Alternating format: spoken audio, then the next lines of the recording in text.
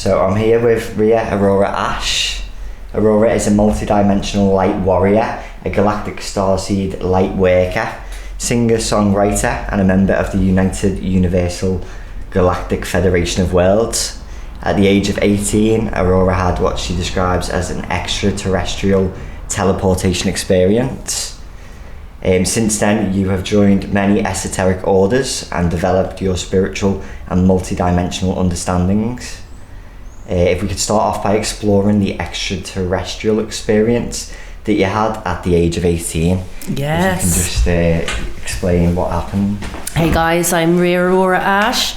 My name, I'll explain my name if you want me to. Yeah, definitely, yeah. Like, Ria is my earth name, my birth name.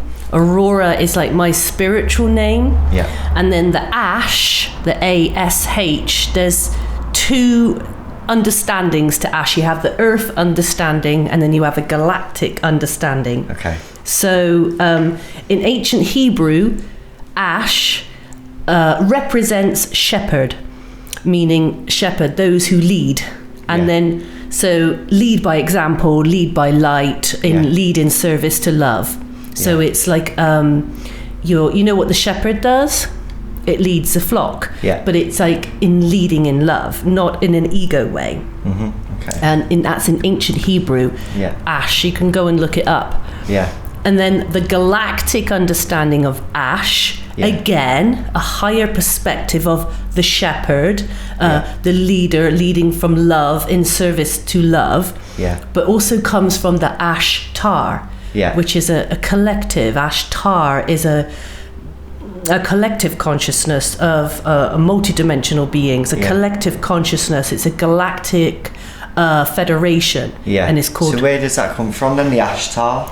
So the Ashtar, in our human understanding, we call it Ashtar, okay, but in light language, it's slightly different. In because we're just going to use the human understanding, but it's from the Ashtar command, which is a universal brother sisterhood, which is a galactic universal, so say police force, a galactic police force in service to love throughout this universe.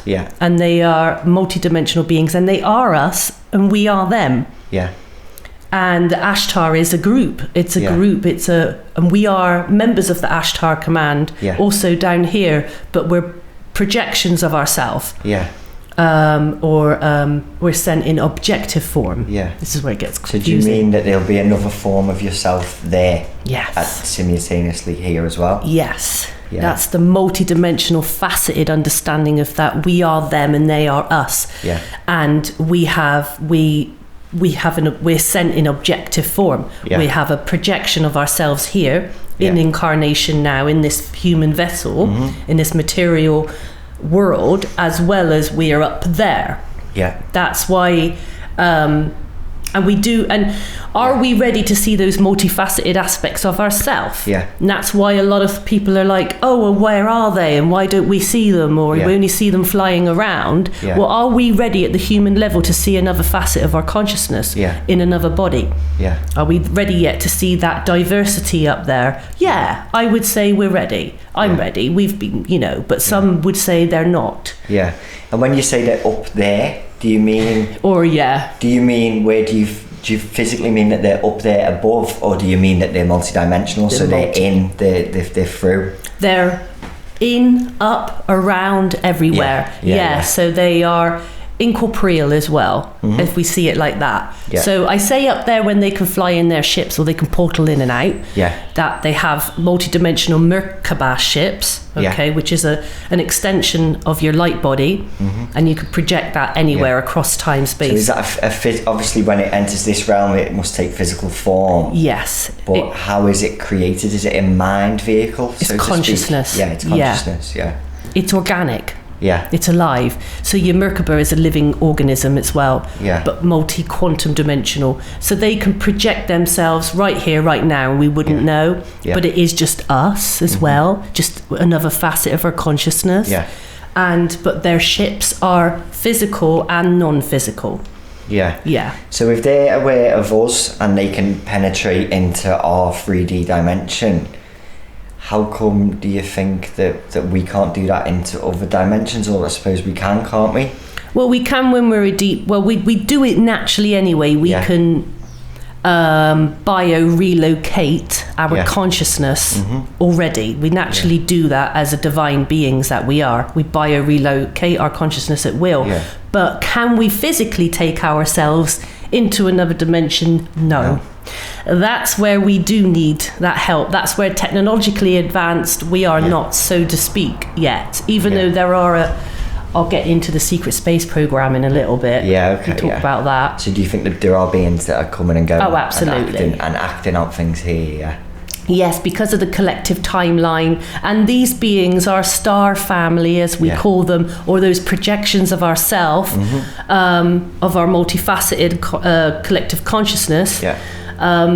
They are influencing the timeline to the better timeline to get us on the better ones. But because of free will, they can only influence so much. And because we're here as an objective form of them too, because we're just it's like sending a text message or an email. You've sent it from one place to another. That's just you, again, your soul, facet of your consciousness is just sent to other parts of dimensions and realms. And that's how technology works as well, isn't it? It's all mind, it's all, we may have an understanding of it where we can say, well, if you take it apart, it does this, it does that, but it's all mind, isn't it, really? It's mind that is sending that text over there. It's not actually the technology. No, it's the thought behind it. And it's the consciousness projecting, which everything is. Yes, everything is. But so just coming on to really starting your journey, or would you say that experience was the start of your journey, or were you already on a spiritual sort of path? So we're gonna, what kind of, okay, this is where it gets really, because some people who will watch this might understand about walk-ins. A walk-in. This is what I didn't get to talk to you about. And then, so we came in, this is what's happened to me.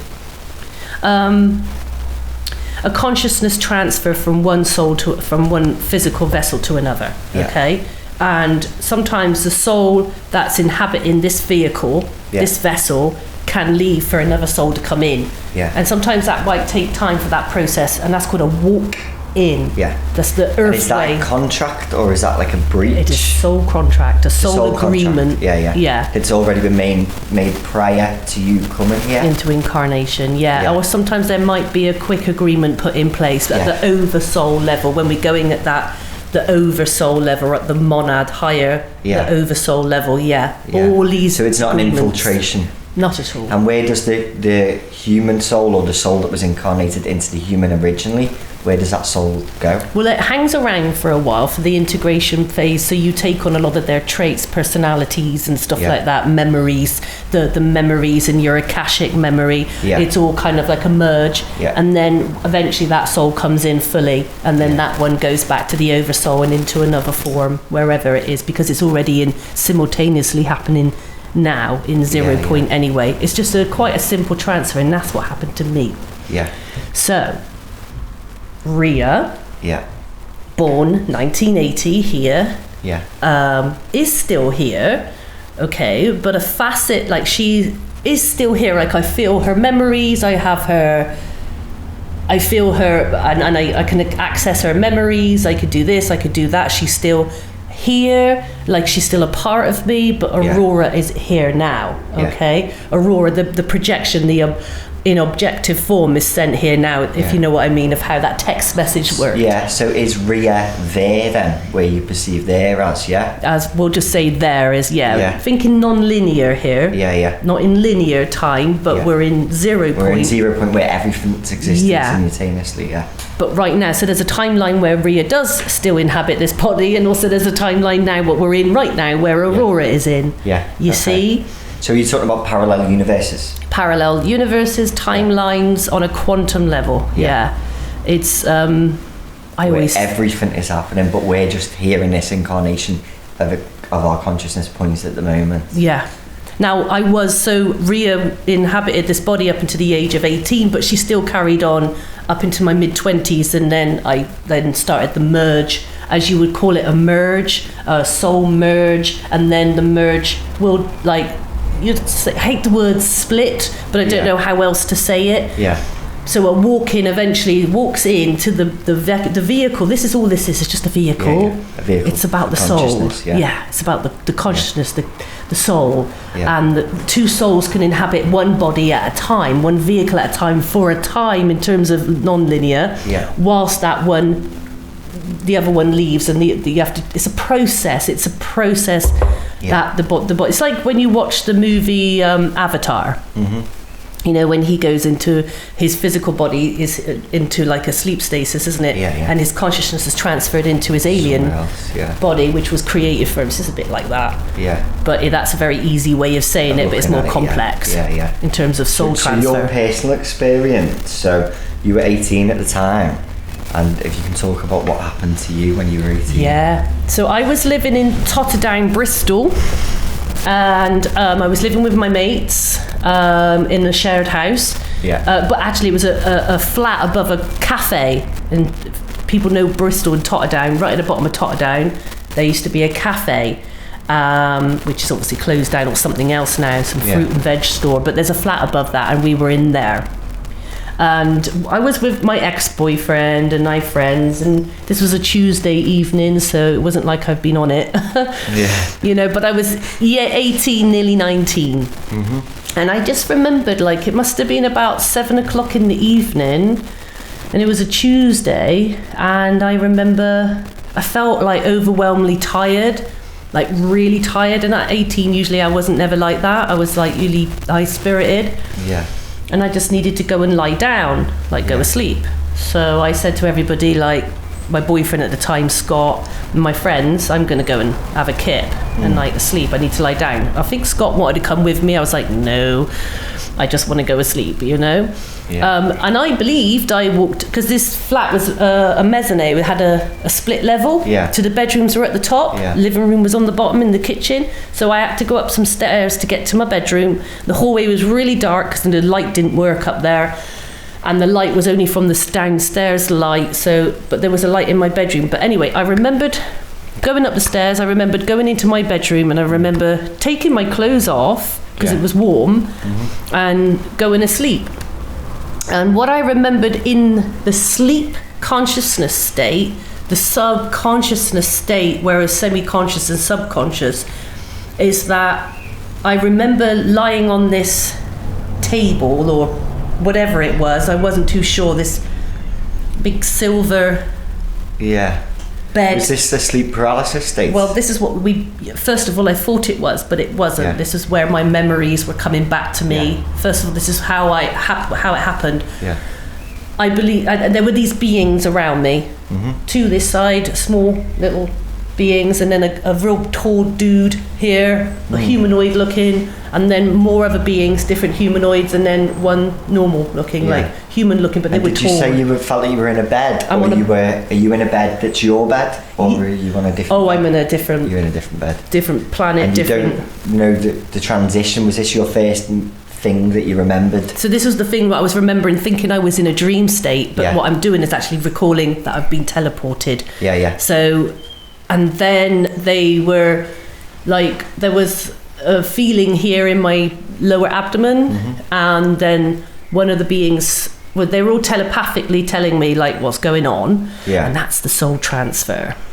Okay, that's Ria going, Aurora coming in. So what happened is... It was later on that you worked that out, wasn't it? Through meditation, through talking to our galactic family and having more interaction, I figured out, that was what was going on. But then I had the memories coming back. So I was on a different planet. I was in... So we'll try and focus on that experience. So you've took your clothes off, you've gone to sleep, and then the next thing you know, you're in a place that a very white room. A place that you're not aware, you've never been there before, and it seems like a different realm.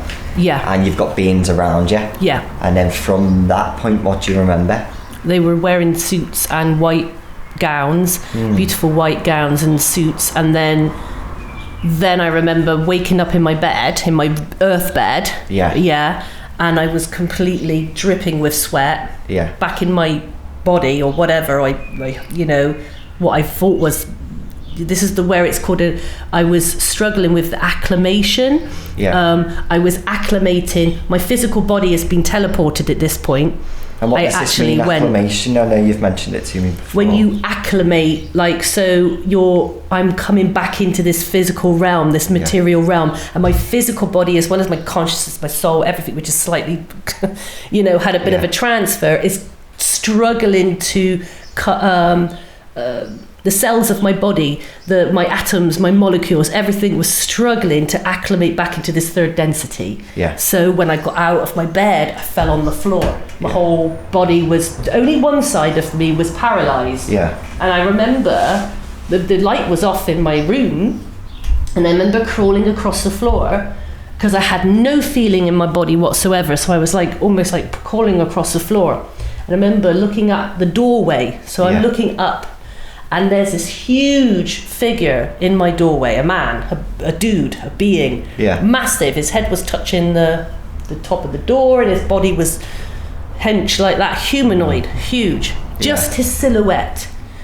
And as I tried to reach out, nothing could come out, no words, no nothing. My whole body was struggling with the density of this planet. It was struggling coming back into form. It's like a text message being sent. I've been teleported, I've come back, they've put me back in my bed. Obviously at the time you didn't have a clue what was going on, so you were still able to think. Slightly, but my memories were all a blur. So what were you feeling at the time? Were you in a panic state or fear, or in a love state? Confused because I couldn't feel my body. And I didn't know where I was. I still didn't feel that I was fully centralized or acclimated into this three-dimensional realm. I still felt slightly I was elevated into a more higher dimension, but my physical, dense body was trying to catch up with the rest of me. My consciousness, my soul, where the transfer had taken place, but my physical, dense body was like, I can't. Stuck.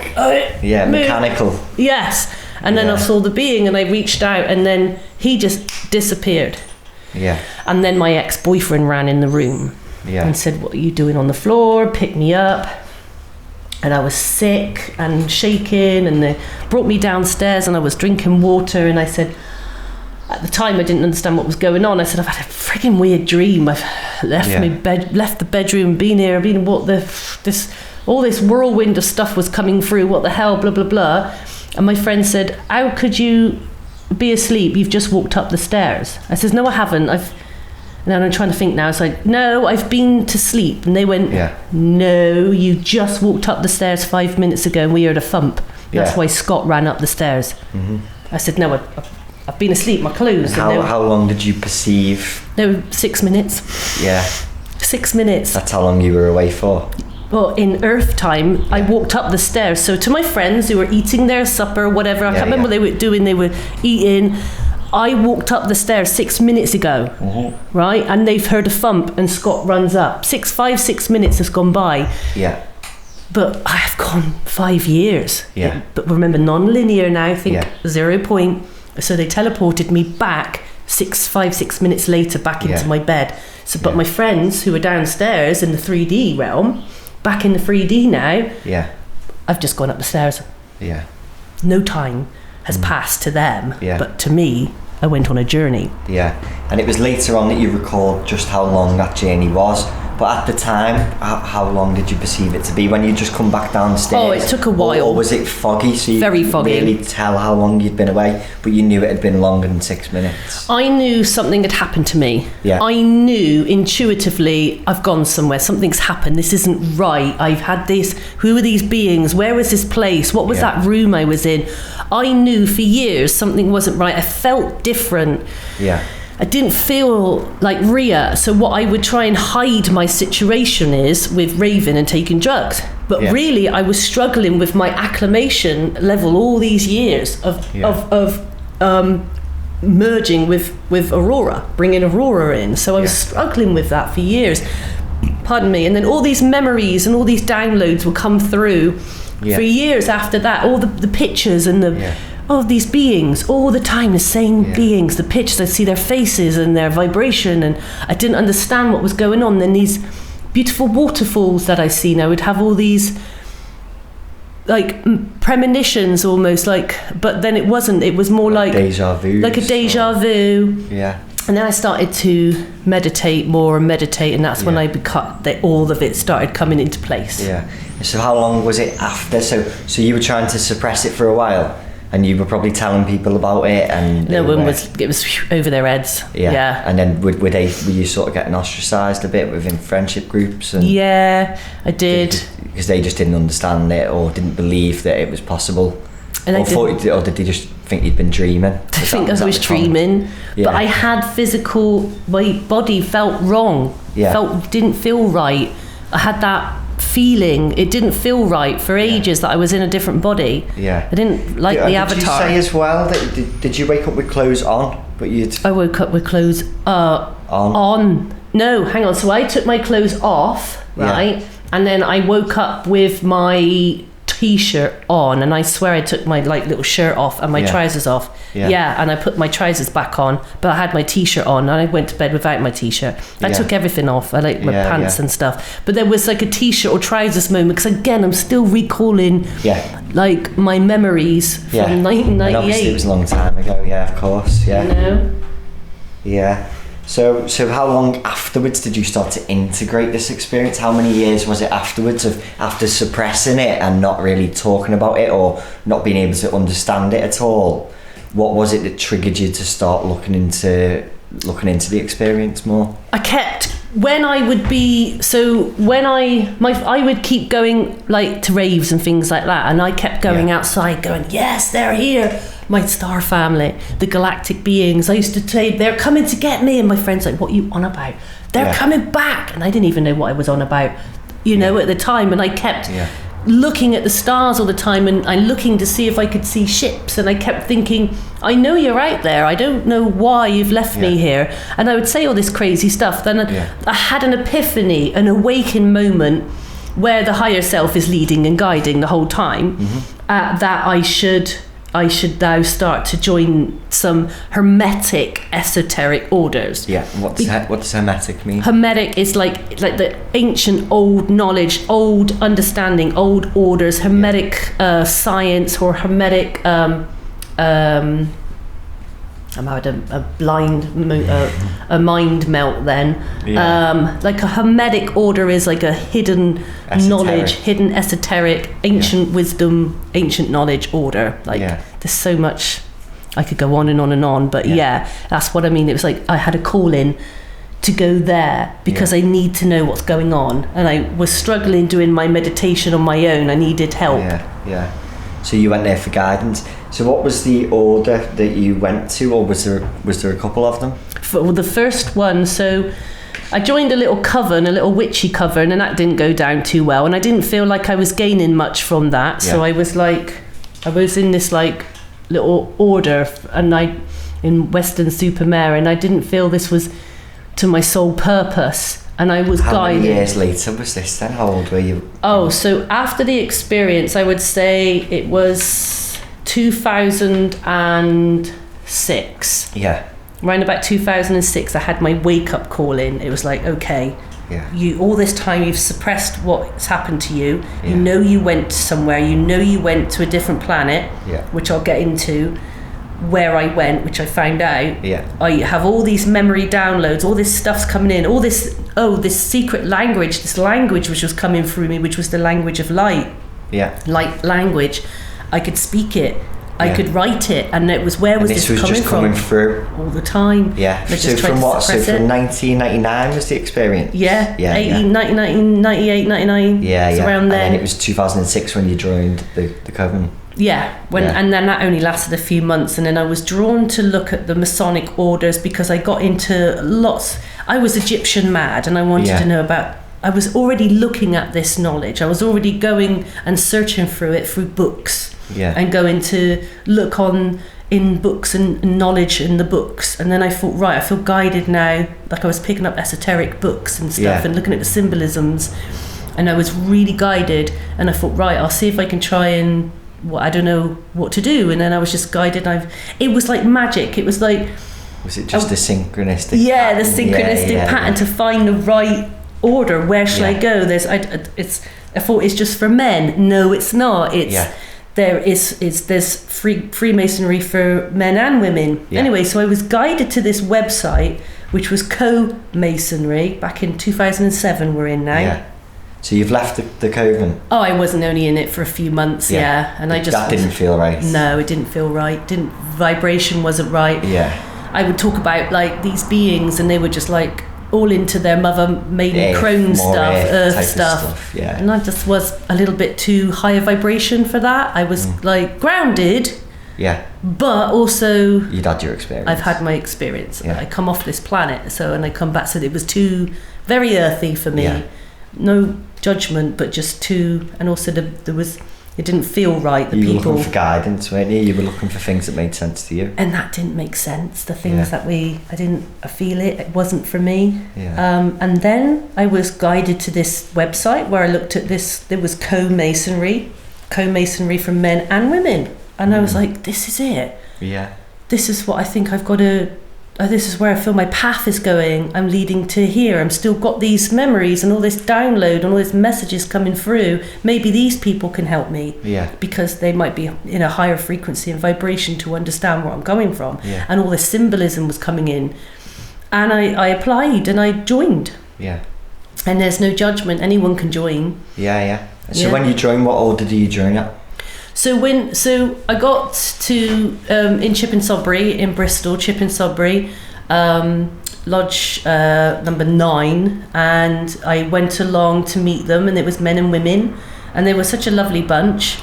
And I Radiant Star Lodge number 9 it was called, and I was very young. Like the youngest they've ever like interviewed to come into Masonry. Yeah. Usually people go into them when they're 30s. What is that process? How do you join? I just emailed them, and they said they have an open day on this day. It was about 2 months after I emailed them. Come along to the open day, where people could just come along, and I did. I just went along, and there was tea and biscuits and coffee and jam donuts, and and there was these people, and they were in their regalia, and they were lovely. I was speaking to them, and they asked me about like my spiritual, like my beliefs and stuff, and my ideologies and my tenets, which is another word for ideology. And I was just like, well, I don't know, I feel this and I feel that. And they were like, yeah, you know what, you want to come along to one of our meals? Yeah. And then it was about a month later I went to a meal, and then I really got to know them, and they got to know me. And then this other young girl was joining as well. Her name was Sophie. She was French, so we were only in our 20s, and that we were these 2 young girls joining. And then they said we you know, I said they asked me, do you like it? What, you know, I said, yeah, I want to come in and see the lodge. Yeah. And then they invited us into the temple, into the lodge. And then you see the lodge, you go and see it. You don't really know much about it, but you see all the symbols everywhere and everything. And so I went into the lodge, and then I joined. You have an initiation, and I had an initiation with her, with Sophie. We joined at the same time. We went into our first degree, the initiation, to come into this lodge together. Nice. There was both of us, and then I have so much wisdom in the order. Yeah.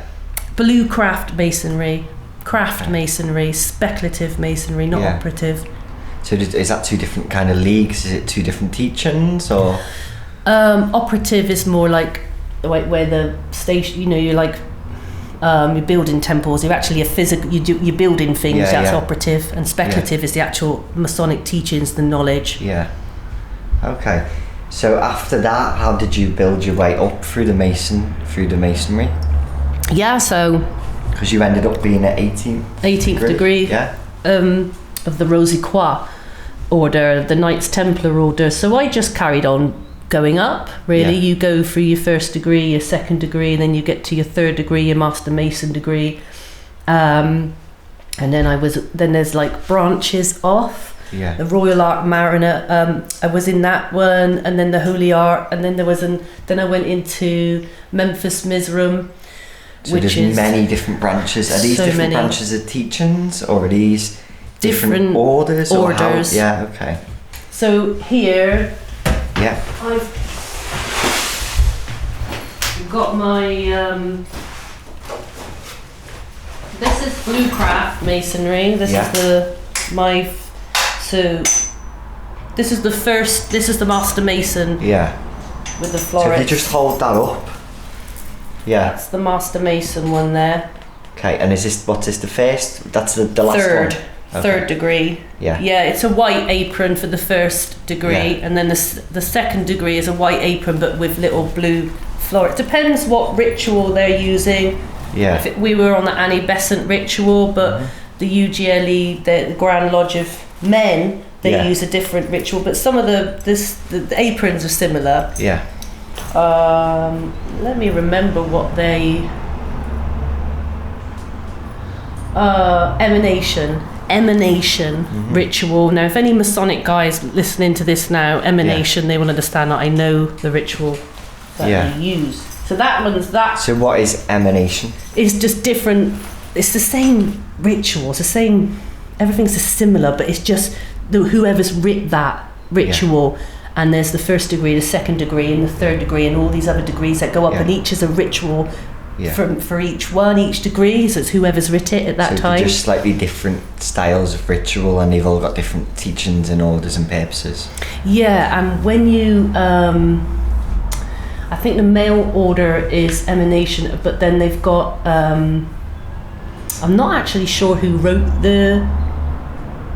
Annie Besant wrote ours. This is a French lady in the early 19th century wrote our emanation, which is, I'll show you it. But I'm not sure who wrote the mail orders. Yeah. I'm not sure. It's totally different from the... Yeah, that wasn't your teaching, was it? No, they're just different orders, different... I've got to find the thing now.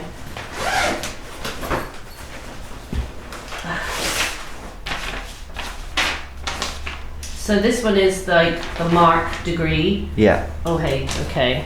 So these are different side orders that I joined. So I got the mark. I got the Royal Ark.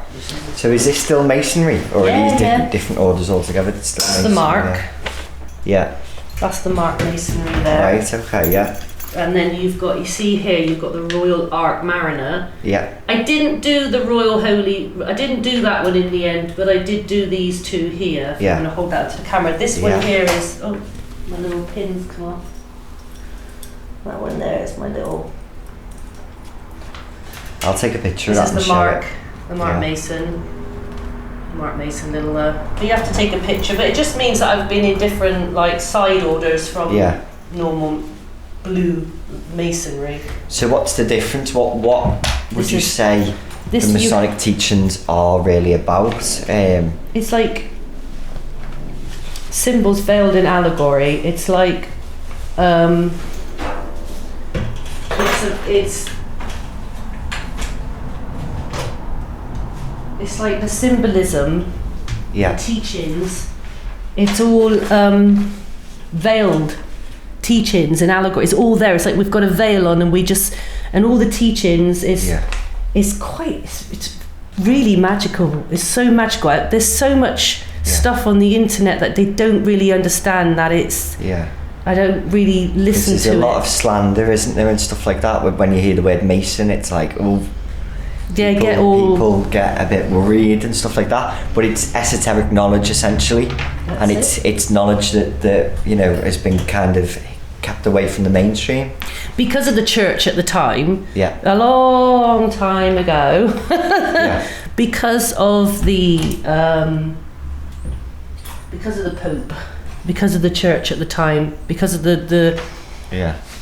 they just were getting persecuted, and because of the teachings teach you that you are divine, you are source, you are God. There's more to it, obviously. It's hermetic, and again, hermetic teachings, but it's all veiled in allegory and illustrated by symbols, mathematics as well, numbers, symbols, sacred geometry. It's all in there. It's all veiled knowledge that the church didn't want you to know, that you are God, that you are source, that man is divine. There's been so many famous people who've been a Mason. So many famous people that have been in the Masonic Orders but had to keep it quiet. So what they did is they put their teachings and they hid it. They hid it in Shakespeare. Shakespeare isn't really Shakespeare. Yeah. Okay. Shakespeare is a pseudonym For what? because there was two. Yeah. There wasn't. Shakespeare's not a real person who wrote the sonnets. There's two people who wrote Shakespeare's and the sonnets. Oh and really? everything. Yeah, I didn't know this at all. Shakespeare's not.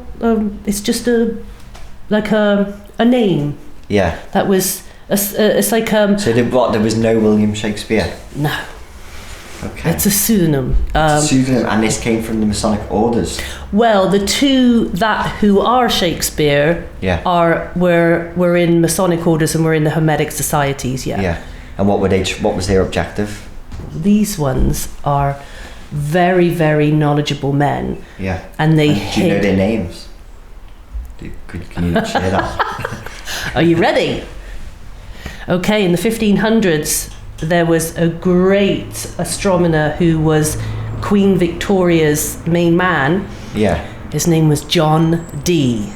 Okay. Okay. And there's always a master and apprentice. There's always a master and an apprentice.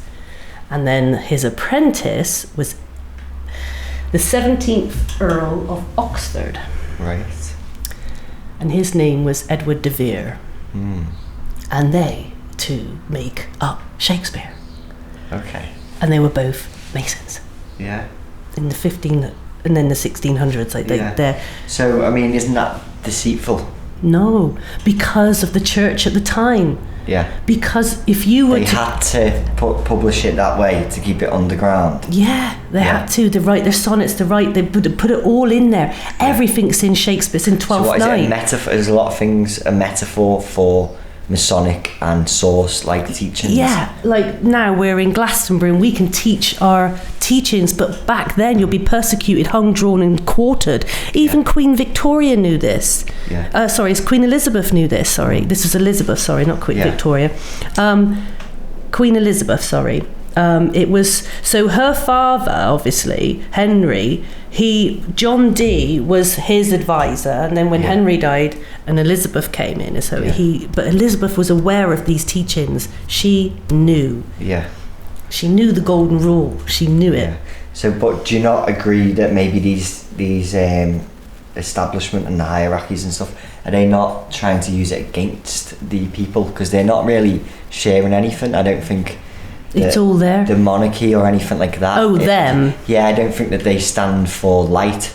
No, I'm not sure. I can't speak for these ones in their ego. I can't speak for them, but the hidden stuff had to be hidden from the church at the time, from the Pope. But so now, to this day, when we don't really, the church isn't such a big thing now, why is it still, why is a lot of knowledge still hidden from us? Well, you can join. It's all there.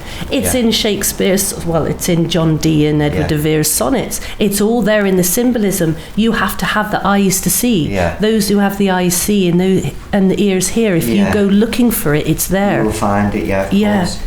But how come it's not more shared? Do you know what I mean? Like the mainstream sort of television, the mainstream, the education system, for instance. This is all stuff that could empower us, teach us that we are source, we are God, collectively. Because there's a method that back then they still adopt to, because there is still darkness in the church.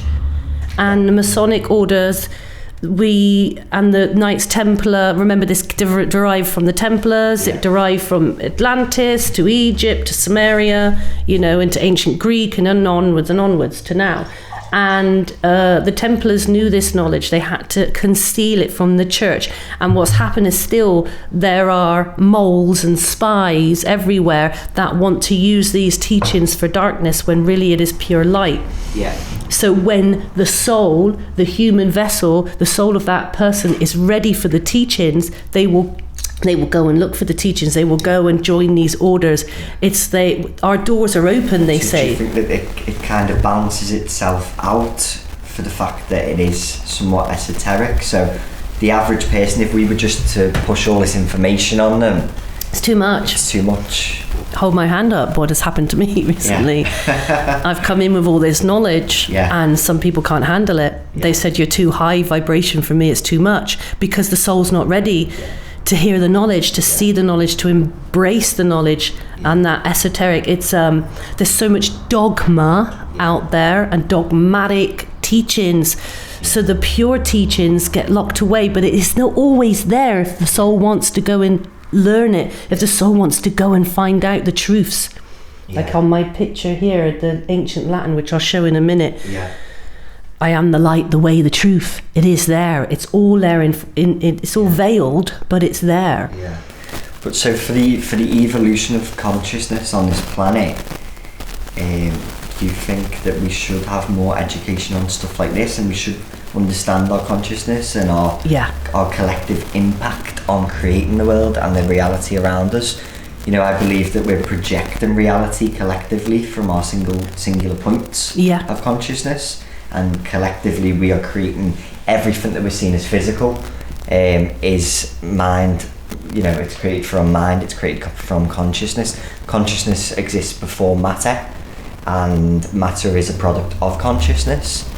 So wouldn't that really liberate people? At the moment, people are living in the opposite sort of ideology. Because of polarity.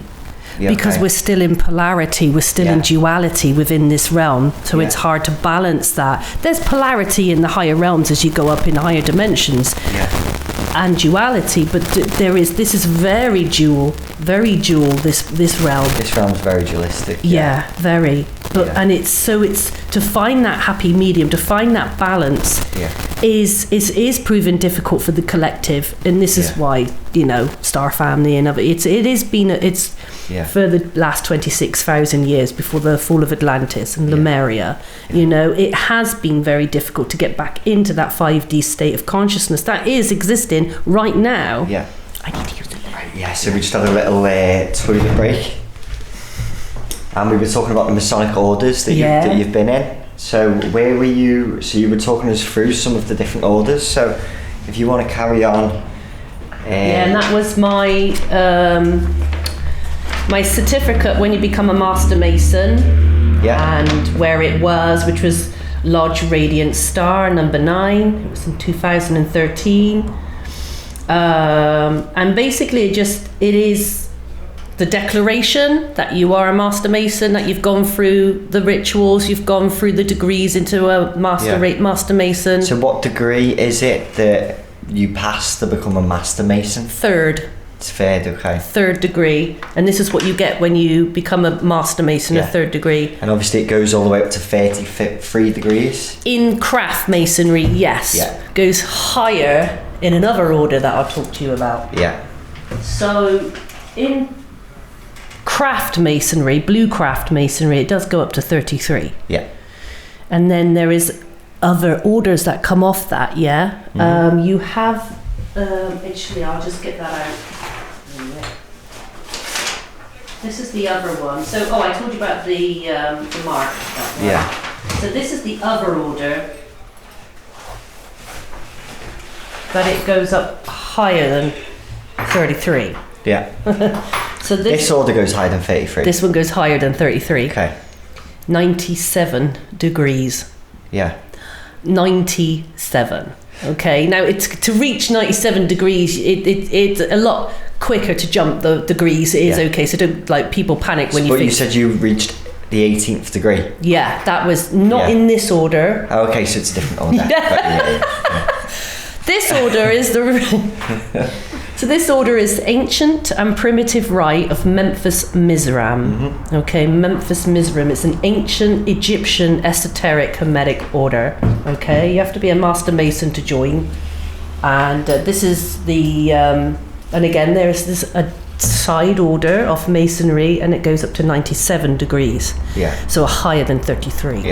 In terms of, they just, it goes up and up and up. So what does the 33 represent? Well, it represents many, many things, but I'll express one thing to you, because in Masonry, you can go all the way up to these degrees and have all these degrees and all these levels, and everything you need to know is all in the first degree. Really? Okay. Everything. You can have this and that and learn all of this, and everything is in the first degree. everything about the journey of the soul, everything is in the first degree. Yeah. And that's one thing you'll learn when you're a Mason, and you go all the way up through these degrees and learn all this knowledge. You realise that it was all already there in the first degree. Yeah. But did you need to access the other degrees for it to make sense? Yes, it's like climbing Jacob's ladder. Yeah. The Kundalini. It's Yeah. like the ascension of yourself, the ascension of the soul, the ascension of the individuated soul, me, you. We Yeah. go on the journey. It's about the journey, not It's the journey, not the destination. destination, yeah. And when you get to the destination, up to like You say, see that you already had it. yeah, the first Yeah, degree. yeah. It's right there, and you're like, oh, what? Yeah. It was already there. All of it's all of in hidden. And is that the same with the 90? So you reached 97. 7 degrees. Yeah. Yeah, it's all in the first degree. It was all in the first degree, but you couldn't see it for what it was in when you're in the first degree. No, you can't, because you are blindfolded almost Yeah. in terms of the initiation at the first point, but Yeah. also you're veiled metaphorically as well. Yeah. So when we're veiled and we walk into the lodge and we don't know what we're walking into, we don't know what we're seeing, because at that moment our eyes can't see through the third eye properly. We're only perceiving your 5 senses. Yeah. You know, you're not perceiving your other senses. We're not perceiving what was already all there in the teaching in the first degree. All Yeah. is there. But the Masonic Orders teach you through each degree Yeah. how to access higher realms Yes. and how Yes. to access higher consciousness. Yes, and we meditated and we did so much. I mean, Yeah. there is a lot of prancing around and some songs and Yeah. handshakes and things like that. Very but ritualistic yeah. aspects. Lots yeah. of stuff about Hiram Abiff and Solomon, and I can go on and on about it, but really everything was there in the first degree. Yeah. Everything. It's all Yeah. in the first degree in the ritual. Yeah. It all But comes you back. had to take that. You had to climb up to understand it. The snake, Yeah. the serpent, the Kundalini energy, it represents that continuity, that oneness. You keep going round and round and round. There's no beginning, there's no end. Yeah. Infinity. You go all the way up and you come back down again, and then it's because it was all there. Yeah. It's just infinite. It's infinite, so it was all there. Any Mason who's really worked their way up will understand this when I say it's all in the first degree. Yeah. It's all there. They would understand that. Otherwise, they haven't gone up as far as they were meant to go up. They won't understand. Yeah. And then they'll get up so far, and then they'll understand it was already there. So how would you compare like Masonry sort of teachings to like Eastern philosophies? Very similar. It's Very all the similar, same. yeah. Yeah, just snippets here taken Yeah. from there. Snippets here taken from that. It's like a flower, and Yeah. there's each petal has different knowledge. I told you about the Zohar order, the Knights Templar, the Knights of Malta. You've got these different branches, these different the Rosicroix, the Rosicrucian order. Mm-hmm. There was another one, obviously the Memphis of Memphis. There was another one. Hang on a minute. It's the Le Droit Humain, LDH. Yeah, and what's that? It's another order for men and women. LDH, very French. Yeah. Esoteric Hermetic So order. how many orders altogether have you been in? Oh, 3. 3. 3. Yeah. And the craft, and then the mark, and then... No? Well, if you're carrying on from the mark up to the 17th, 18th, into the Rosicrucian, into the Rosicroix, then 4. Yeah. Yeah, 4. Okay. And yeah, so what was it really have you left, or are you still a Mason now? You'll always be a Mason, yeah. you'll I've always left be a Mason, but you've yeah. left the practice. Yeah, I'd Yeah. absorbed everything I needed to absorb and obtain, and Yeah. it's all in me. It's all here. So was there a reason? So you just felt like you'd gained enough knowledge now, Yeah. and it was time to move on? Yeah, I needed a new flower to go to. Yeah. Yeah. So how long altogether were you in these orders? About 11, 12 years. Yeah. Okay. Quite a while, from a young age. Yeah. And how does that relate to your extraterrestrial teleportation experience? The So- orders that you just the things that you learned through the orders. How does that relate to the teleportation? So I would find things esoterically that would have a higher meaning which was otherworldly, and I found it in Masonic. It is in there in the Masonic teachings. And then I was meditating a lot, and then I was connecting and going in. I took a sabbatical where I was celibate for nearly 5 years, and I went in deep in to know thyself. So I was coming out through Masonry. I was still in Masonry, still in the order, but I started going in and connecting with our galactic family, our star family, and those higher facets of my consciousness that is sporadic, that is everywhere at once. And I started connecting with those multifaceted selves through meditation, through going in. And all these downloads kept coming to me of this other planet that kept coming back and coming back, of this place where I felt I was, 5 minutes ago I was there, but then I've and this was my teleportation experience and where I went, and that's what I'll talk to you about now. Yeah. So for years I had this, after joining the Masons, I still had the downloads and the feelings, and then when I started connecting with my higher self, I don't like to say higher self because it puts you on the lower pedestal. Then you're. I like to say your omnipotent, omnipresent self. Okay, because that's what you are. There's nothing really higher or lower or in between. You're the whole self. Okay. You're the God fractal that you are. The Godhead that you are. That we're connected to the Godhead. We are the Godhead. Your soul is the Godhead. You're the God, the soul. Brahma, whatever. There's so many names and concepts, but it's all meaning the same thing. There's all these names that fly around that are meaningless, really, because it's all about source, the source that you are, and basically connecting to the source that I was getting lots of downloads about this planet or this water. I remember seeing lots of waterfalls. So, and I started connecting with these higher interdimensional beings that were coming through telepathically to me for years. And then I was able to open up my higher chakras, my 33 chakras. Yeah. And they're transcended chakras with your basic 7, and then you're 13, and then you're 24, and then you're 33. But they're all transcended chakras, okay, with your 33. Yeah. Subtle fields and subtle bodies, but they're all transcended, they are. Yeah, just on a timeline then, so when you were receiving the downloads to do with this place that you were perceiving, on a timeline, were you still in these orders when you started getting downloads? They always were coming from the time in 1998 all the way up till now. Yeah. They kept, and I was in the orders. Were they coming when you were in a sleep state or when you were in a meditative state, or...?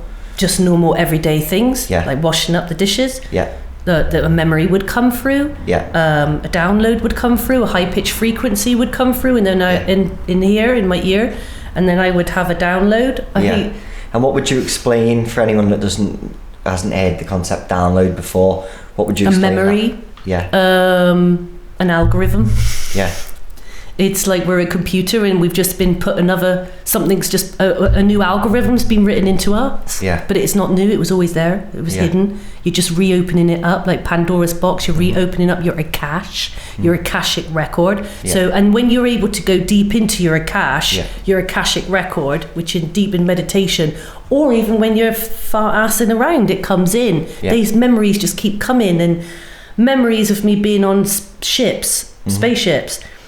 Memories of me being on this water world full of water, this planet full of water, these cities that were floating on top of the water. They would float on top of the water. There was huge domed cities, and then also on the land as well, domed cities.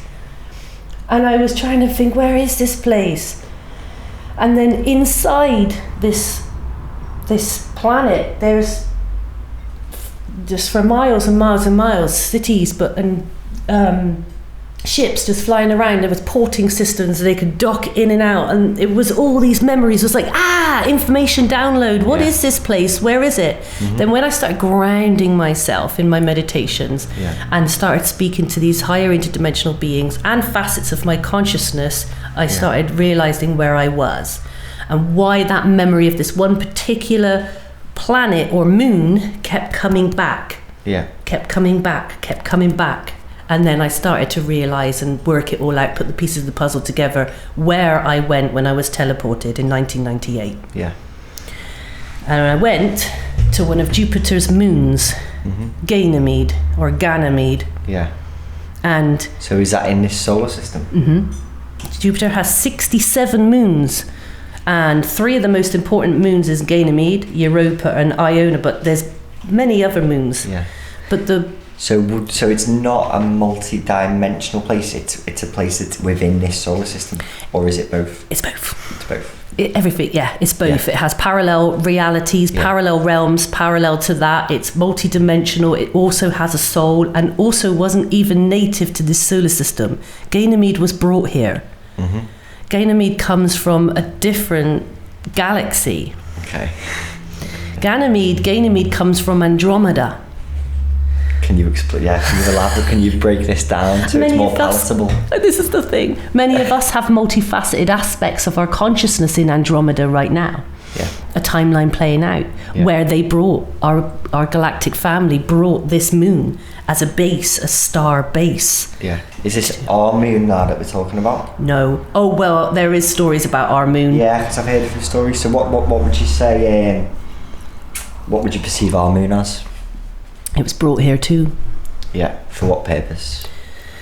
Oh, there's many, because it does detect the tide as well. It does do exactly what it does on one level. Yeah. Okay, remember this is a multi-dimensional realm as well, and the moon is multi-dimensional, has multi-dimensional facets to itself, how it regulates the Earth. Yeah. And what it does to the Earth. You have the astrological understanding, and then there's a higher dimensional view of why it's here and who inhabits it and why and what timeline and what's going on and what's playing out there now, right now as we speak. But it was brought here too, like Ganymede. Yeah.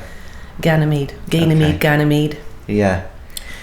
And I'll explain what Ganymede looks like. Okay, people just think it's a one of Jupiter's moons, which is barren.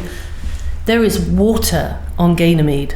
Yeah. There is oceans on Ganymede. There are waterfalls on Ganymede. Yeah. And this is all memories that have come back to you. This is how you know where I was. So you've got memories. You can picture the waterfalls there. You can picture the place. Yeah. The ships go in and out of the waterfalls, and behind the waterfalls are these domed cities etched into the walls. It etched into the rock. Yeah. They're like domed cities, and it goes embedded in the rock, so it goes deep inside the moon as well. Yeah. I wouldn't say it's a moon, it's very fourth dimensional as well. There's higher consciousness on that. There's humans there as well. It's been terraformed. What does this mean, terraformed? That humans are there as well. Yeah.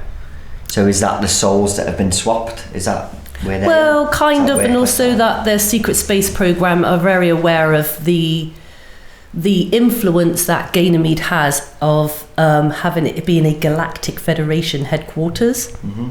So it is a galactic federation headquarters for this quadrant sector of this solar system. Now I'm going galactic with you. So I went Masonic, now I'm really going galactic, because this is how I will swap and change myself because it's just how it's what's coming in.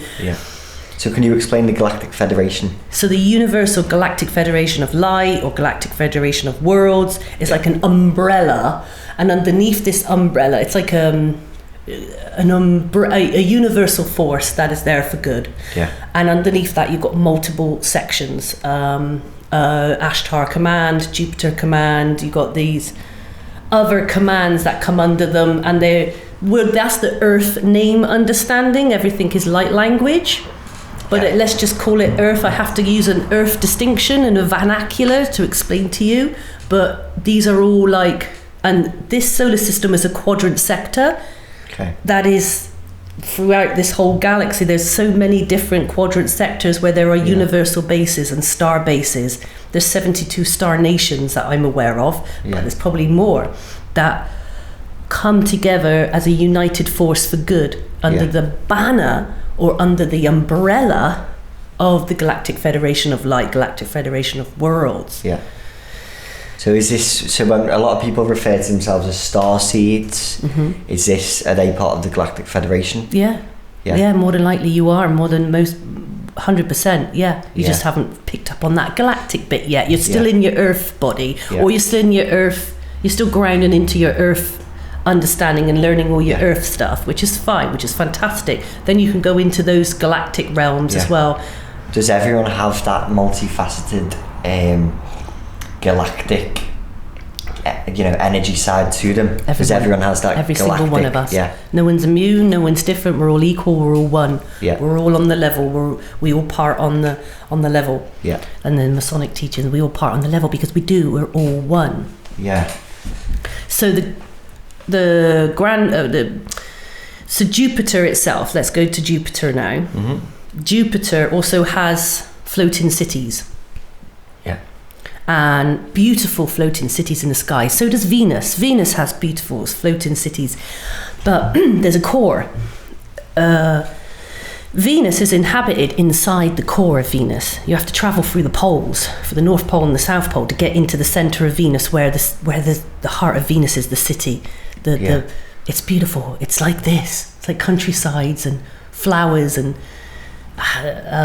everything's bigger. Yeah. Everything's bigger. Everything and brighter and higher dimensional. But to get to inside of Venus, you have to travel through the poles. Yeah.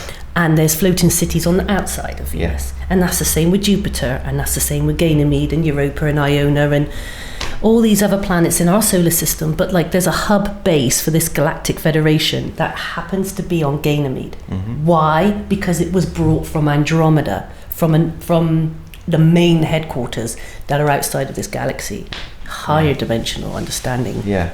So you perceive that the Galactic Federation is working outside our perceived reality bandwidth of what we can see, but they're working for us. Yes they are. So there's a light force there, and they are working for the good, and they're trying to help this planet. And they are us. And they are us. Yeah. Okay. In objective form. So if they're working for good, and this is a duality plane of existence, are there also dark forces then that are also working? And where are they working from on a galactic level? They're in the fourth dimension.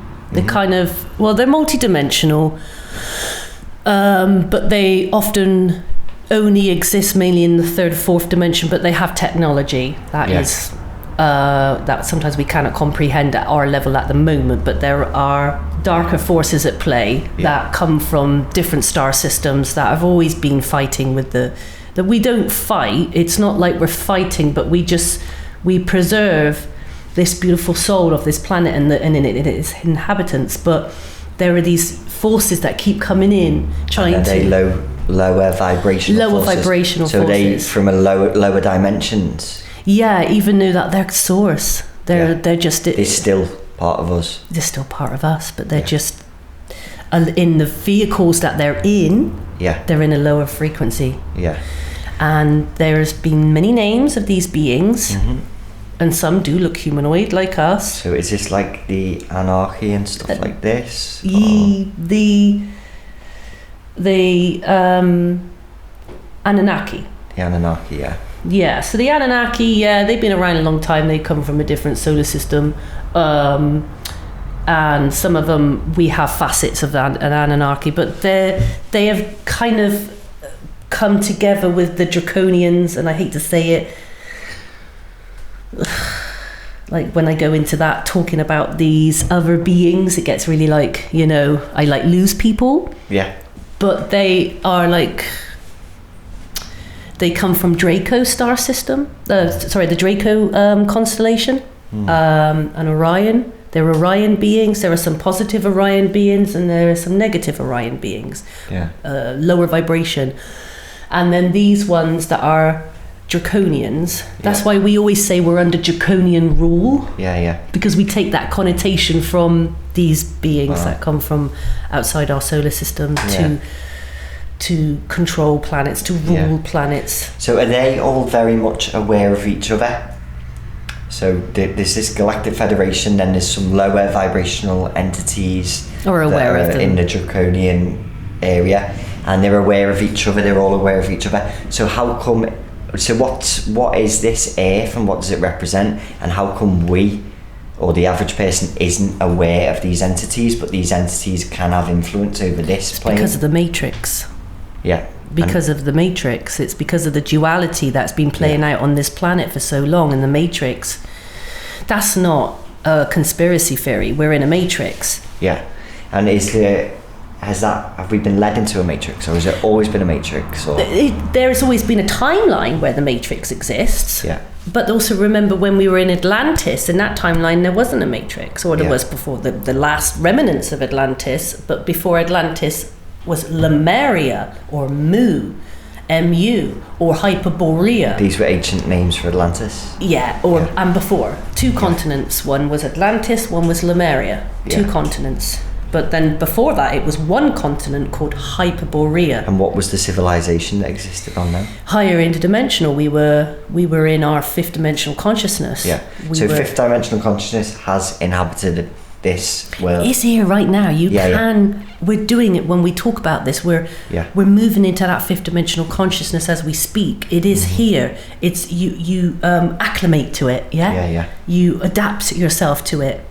You live in it all the time. There is a matrix. If you are in the matrix timeline, you're in it. Or you're in that higher dimensional timeline that lies parallel. And that's when you can walk down the street and be with someone who's in the matrix, but you're in the fifth dimension, but your feet are still on the same planet. Your feet are still on the same. You know, and that's the same in all planets and all dimensions and all realms. It's all the same. Everything lies parallel. Yeah. Quite beautiful. Yeah. So I was just going to speak about Project Bluebeam as well. Are you aware of Project Bluebeam? I'm aware of it. Yeah, so what's your take on that? It was a long time ago, in the 50s. Yeah. And there was a lot going on then. Yeah. And they had lots of downed craft, lots of knowledge, Masonic and ancient knowledge. And obviously because of Himmler and Hitler and everything that they knew and that they were going through, that there was scientists that came over. Von Braun was part of Project I can never say Bluebeam, it. Bluebeam. He was a rocket scientist and much, much more. These scientists that were brought over from Nazi Germany were involved in this, and this was really deep, covert, compartmentalized fractions of the secret governments, which are a corporation. Yeah. All governments are a corporation, and Project Bluebeam, because they had information and knowledge, and they had crashed craft. Yeah. That was fourth dimensional craft, not the Merkabahs, not the higher dimensional. It wasn't higher dimensional, because they're not proper physical crafts, are they?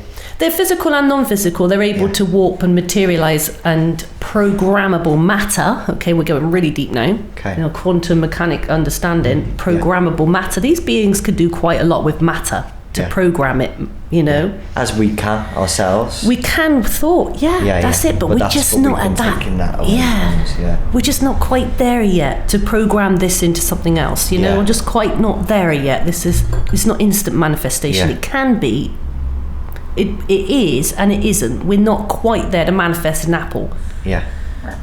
Pardon me. Right now, I see the apple, but it's not physical. Because the collective doesn't agree that we can do that. But if the collective consciousness all realised that we were the creators, then we could literally the third density wouldn't be really governed by the physical laws, would it? No, we can come out of that. We can come out of that then, so-called matrix. Yeah. And then would that be a rising then to the next dimension? Well, which already exists. If we were all to understand at one point, all together, that consciousness is before matter, and that we are literally projecting this world into existence. If we were all to understand that, would we transcend this dimension? We would transcend the ideal that we've created, and that's it. It is an ideal that we've created as a collective force, and we will transcend that ideal.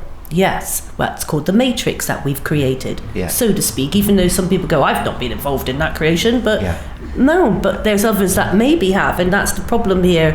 We're talking about a hive mind, a super brain, a hive mind of consciousness that we all are. Okay, that we're all embedded to, like threads, like the ancients call it the Yalabath, which is like an octopusy thing. It's not a very nice thing, which is a dark astral entity, but it's classed as the matrix or a spider. So some people perceive the matrix as a spider or this octopus thing, which is non-physical. Okay, we're talking non-physical here, but it's we're stuck like souls in it. Yeah. But we can transcend it right now, because we are transcending it right now with what we're talking about, and not aligning ourselves to that ideal. Yeah. You know, but we come out of that program. Okay, we rewrite it as we're architects, grand architects. We're the architects, so we rewrite it. Project Bluebeam, going back to that. Yeah.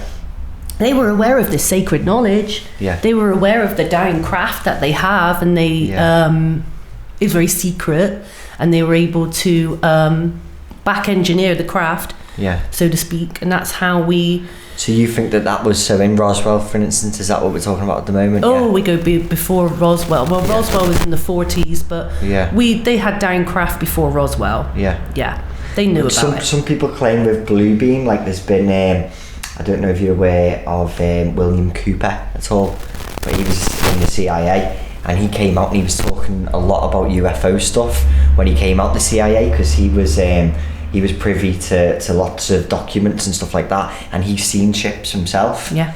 And he said he came out with it all, and then later on he actually done like a 180 and or 360 and changed his mind on everything, and said that there's a covert government operation in place to stage an alien invasion at some point. Oh yeah, that's been there for a long time. Yeah. That scenario. Yeah. That staged scenario's been there. Obviously, the Galactic Federation of Light, they're aware of all the timelines. Yeah. They're aware.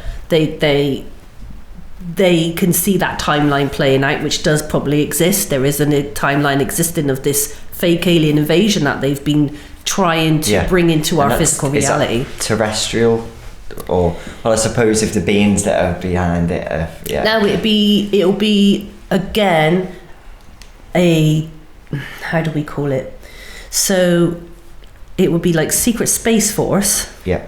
Okay, with their technology that we're not allowed to know about, but it will be like a dark fleet. We call them the Dark Fleet Secret Space Program, which would stage this coup.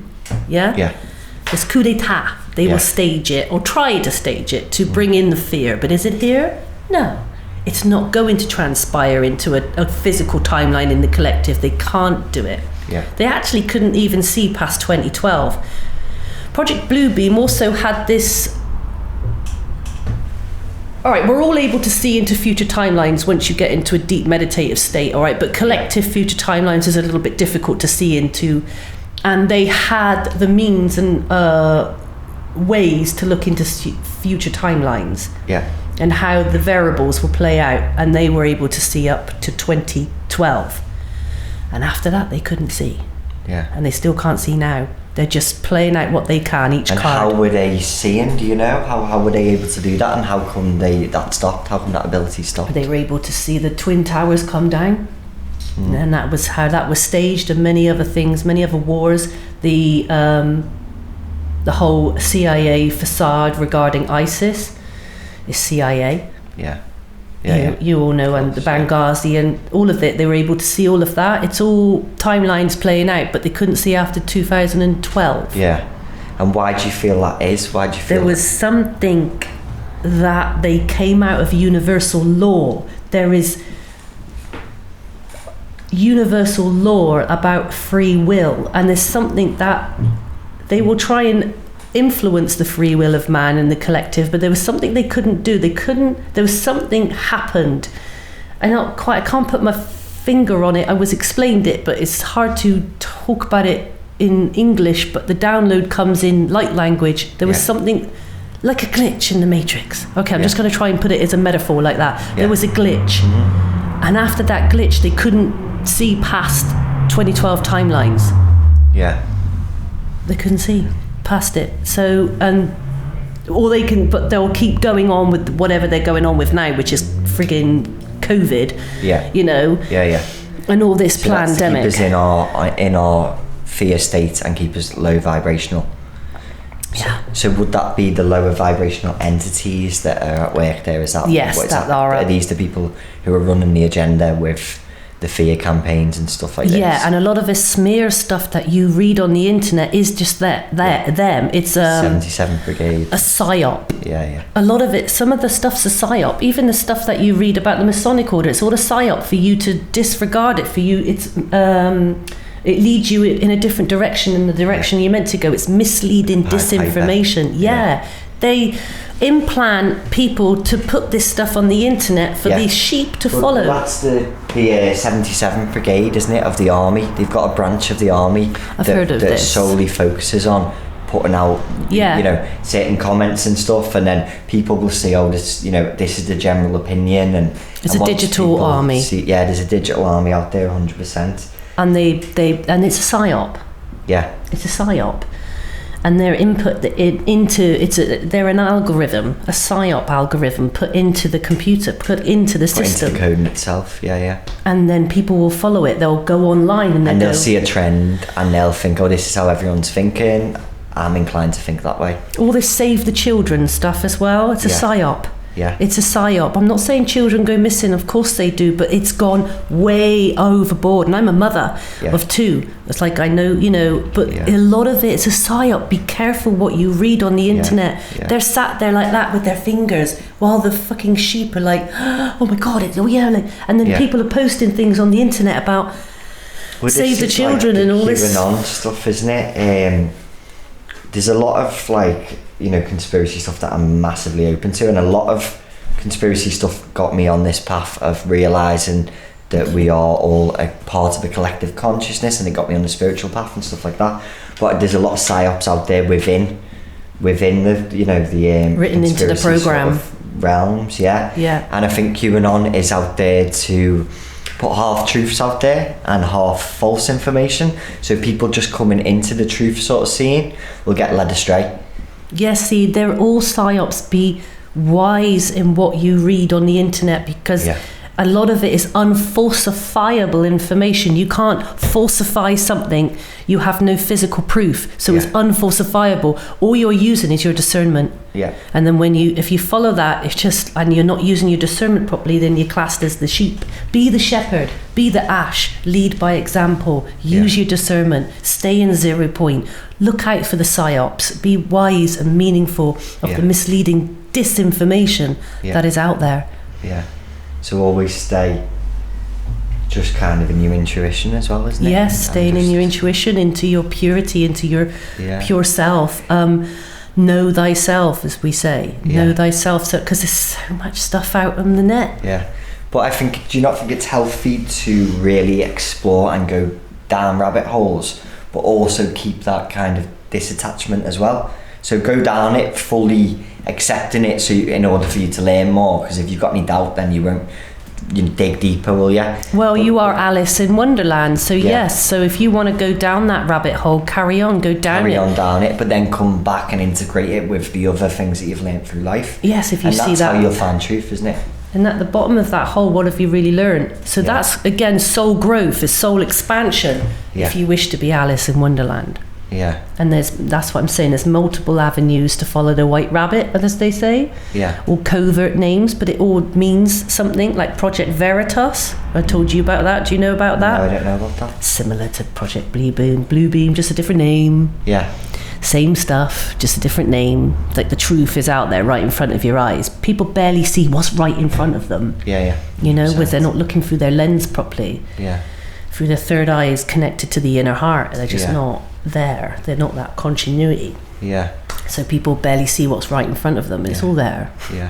And there's a lot being hidden, isn't there? There's a lot of forces at play that are trying to keep people in the darkness, or in the just being shielded. They feel you're not worthy of this. They feel you're not worthy, and that's very, very real ego and dark to say that every human on this planet is divine. Everyone is worthy. They're just in their human experience. But to say they're not worthy of that is judgmental, and that is the vibration that these are in, because they wish for control.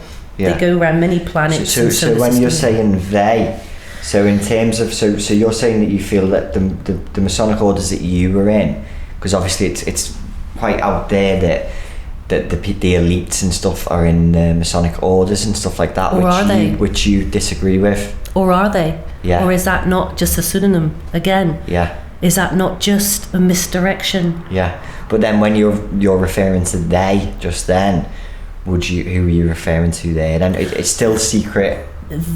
Secret kind of. It's a corporation. I speak to you in plural understanding. It's got nothing to do with Masonic teachings or anything like that. That's what they want you to think. Mm-hmm.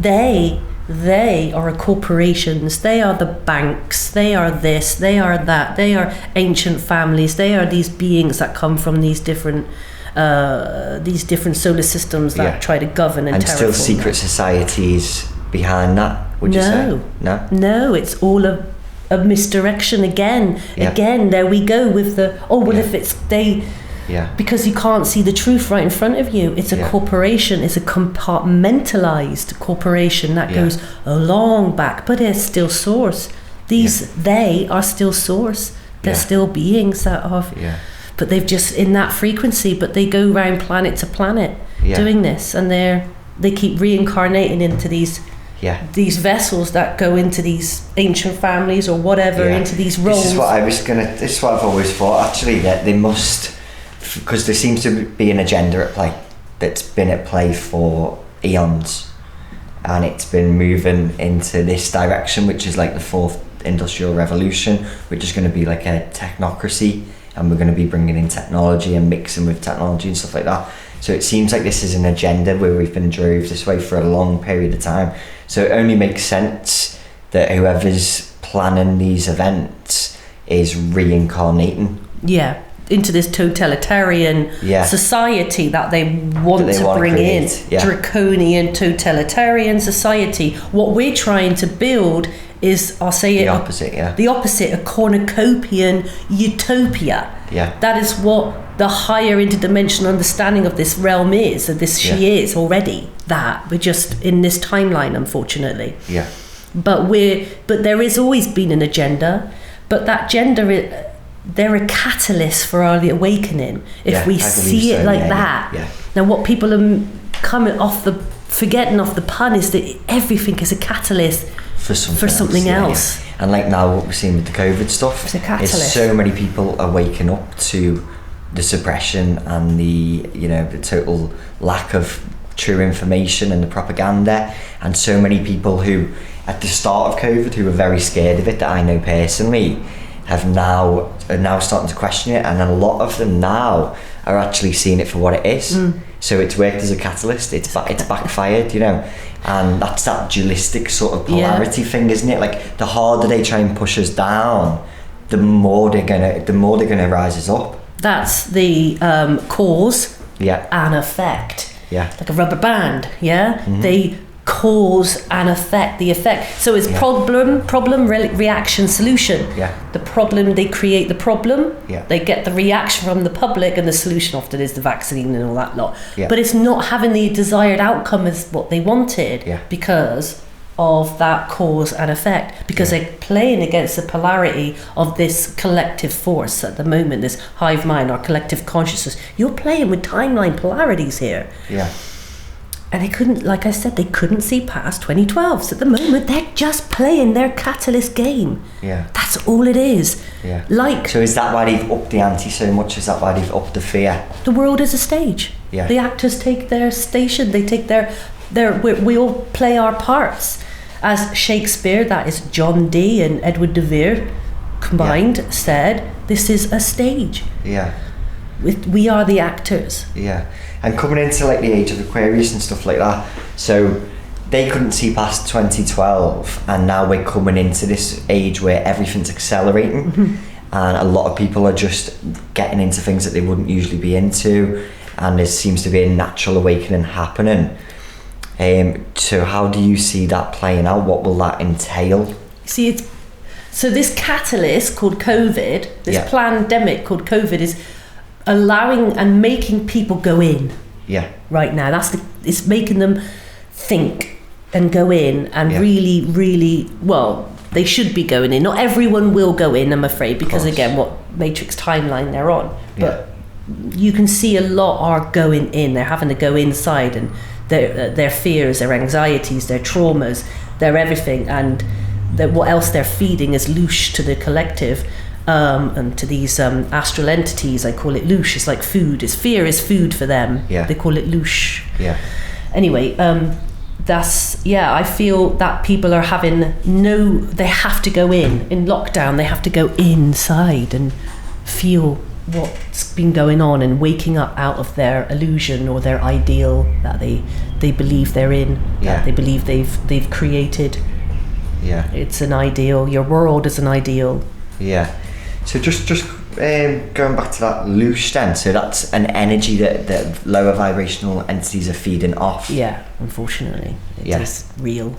And that's when we create fear in ourselves, we create loosh, and then an entity may attach itself to us. Is that how it works? The catalyst that they've created will create an awakening, at the same time create loosh, and that's the polarity. Shit, isn't it? Yeah. Do you understand? So it creates an awakening, at the same time it creates loosh. Do you see that? And is that always the case? Yeah, until we come out of that, but remember, we lie parallel to the astral realm. We lie parallel to the lower astral realm. We lie parallel, and dimensions fold on each other. The dimensional folds on each other. Yeah.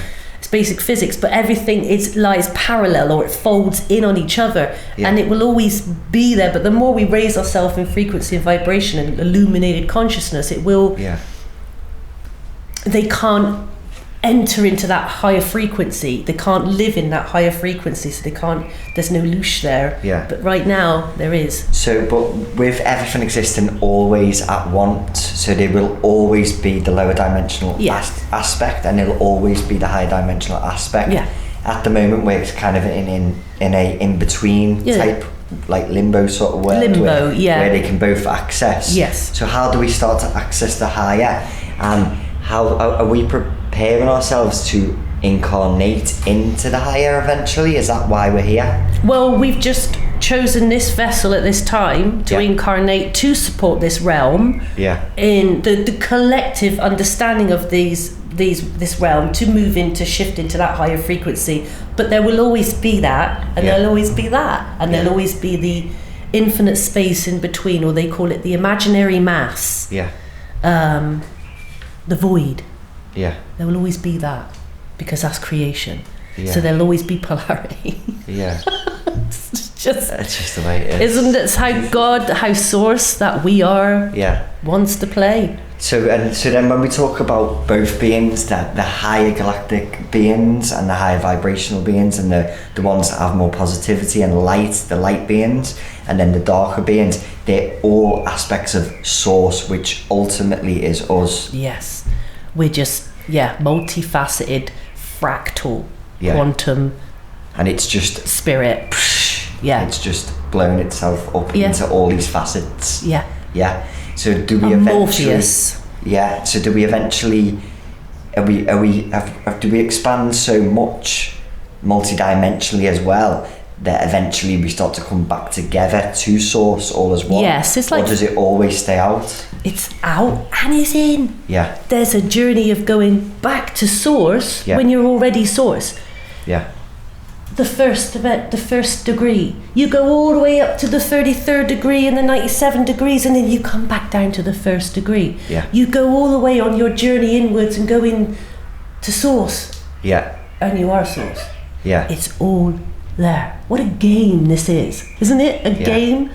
But sometimes it's a cruel game. Do you understand what I'm saying? There is that esoteric knowledge right there. But also play it out in this metaphor of what you just as amorphous beings that we are, and we expand and we extract and expand and extract, and nothing there's no beginning or end. It just continues. Fractals over and over again. Playing out different roles, different games throughout creation. And that's God. Consciousness hiding itself, God hiding itself in all these multifaceted. That's you and that's me. It's you and me, it's the flower. It's everything. It's everything. The mycelium network. We talked about the mycelium network, the spores. We were talking about that. The mycelium network that we are as well, part of, that is in everything. The Fibonacci, everything. It's The Fibonacci, which is literally in everything, isn't In it? everything, golden ratio, Fibonacci. So that sort of shows that there is an architect. So who would the architect be? Is that just Source itself? Source, us. Yeah. Our spirit. Yeah. Yeah. Our spirit is the architect. Thought. Yeah. The first thing that came out of the void, but then what created the void? They said what came out of the void, which was Source, thought, maths, numbers, sacred geometry, but what came before that? We could go, is it the chicken or the egg? Yeah. What came before the imaginary mass, the void? Yeah. That is the space between spaces. Yeah. And that is us again, creating itself, I believe. I don't know. It's really hard to go so deep when you go deep into the very beginnings of Source, not the Big Bang or all of that. We go beyond that. The very void essence of consciousness. Yeah, one would call it the etheric. What became the etheric? Yeah. Well, the etheric, the ether. Yeah. The molecules, the atoms, every everything. dimension, every single possible variant, everything.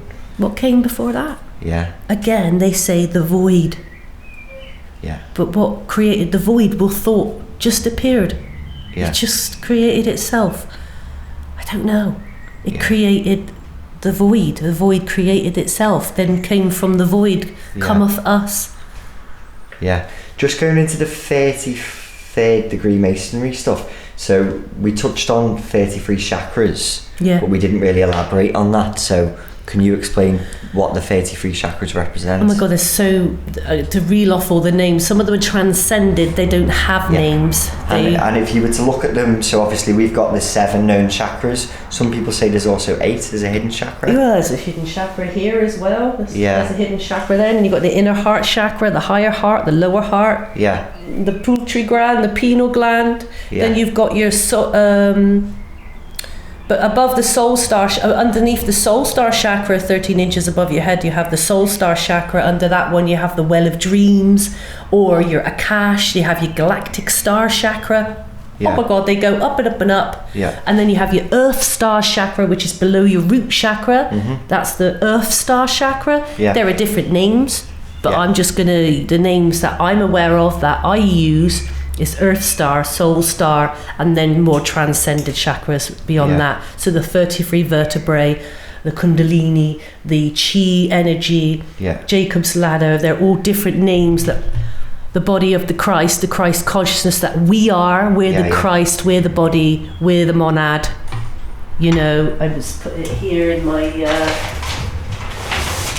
what I'll do, I'll take a picture of this and you can upload it. Yeah, we'll put this up on the screen, The body of the Christ here, this is the monad and the moon.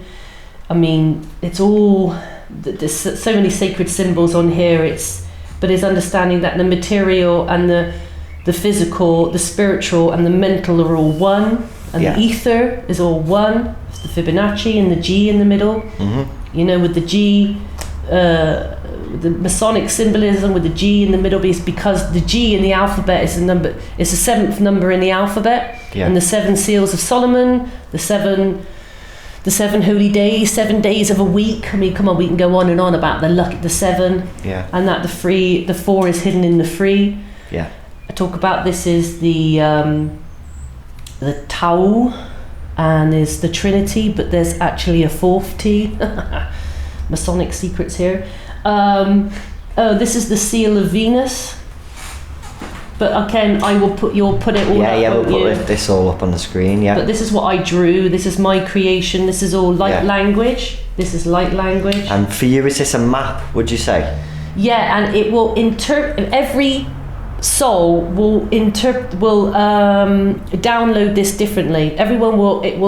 They'll each receive something different from this. Yeah. Everyone's individualized, even though we're all one, but we're also individualized. So you'll just get what you want from it. Here it says, via et veritas et vita, I am the way, the light, the truth. Yeah. Even though Yeshua, or they said Jesus said that, The So what's Gospel this? of John. Hebrew? No, this is Hebrew. Yeah. This is Hebrew. So this is ancient Hebrew. This means crux. It's the cross, the Christ, the cross, the Christ consciousness, the cross, the man, the Adam Cadman, the Cadman man, the universal man. But if we stand out like we look like a star or a cross, that's us. No one really died on the cross. Jesus, Zeus, get it? Jesus is Zeus, is Jupiter. I mean, we can go on and on. We can talk about the story of Horus. Horus being Jesus just as a pseudonym. And again, and a pen name. Because they say the sun is God, don't they? The sun, Ra, the sun god, Ra or Solaris, the light that leads us, that guides us. It regulates us. Everything is about the sun and the moon and the planet and everything, how everything works like clockwork. Everything is clockwork. Everything's like a pocket watch. Everything is perfect and round and square, and sacred geometry is in everything. So everywhere, it's everywhere. So is this unique to this plane of existence, the third dimension that we're on at the moment? Only if does this transcend through all?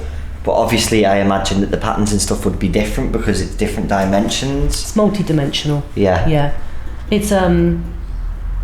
It's multidimensional, because with the light language and the symbolism. It's all multidimensional, this is what we're looking at the moment, And we're just looking also at the vehicle that we travel in as well, these vehicles. These physical vehicles in this physical material realm, all becoming one. And this is what they don't teach you in the church.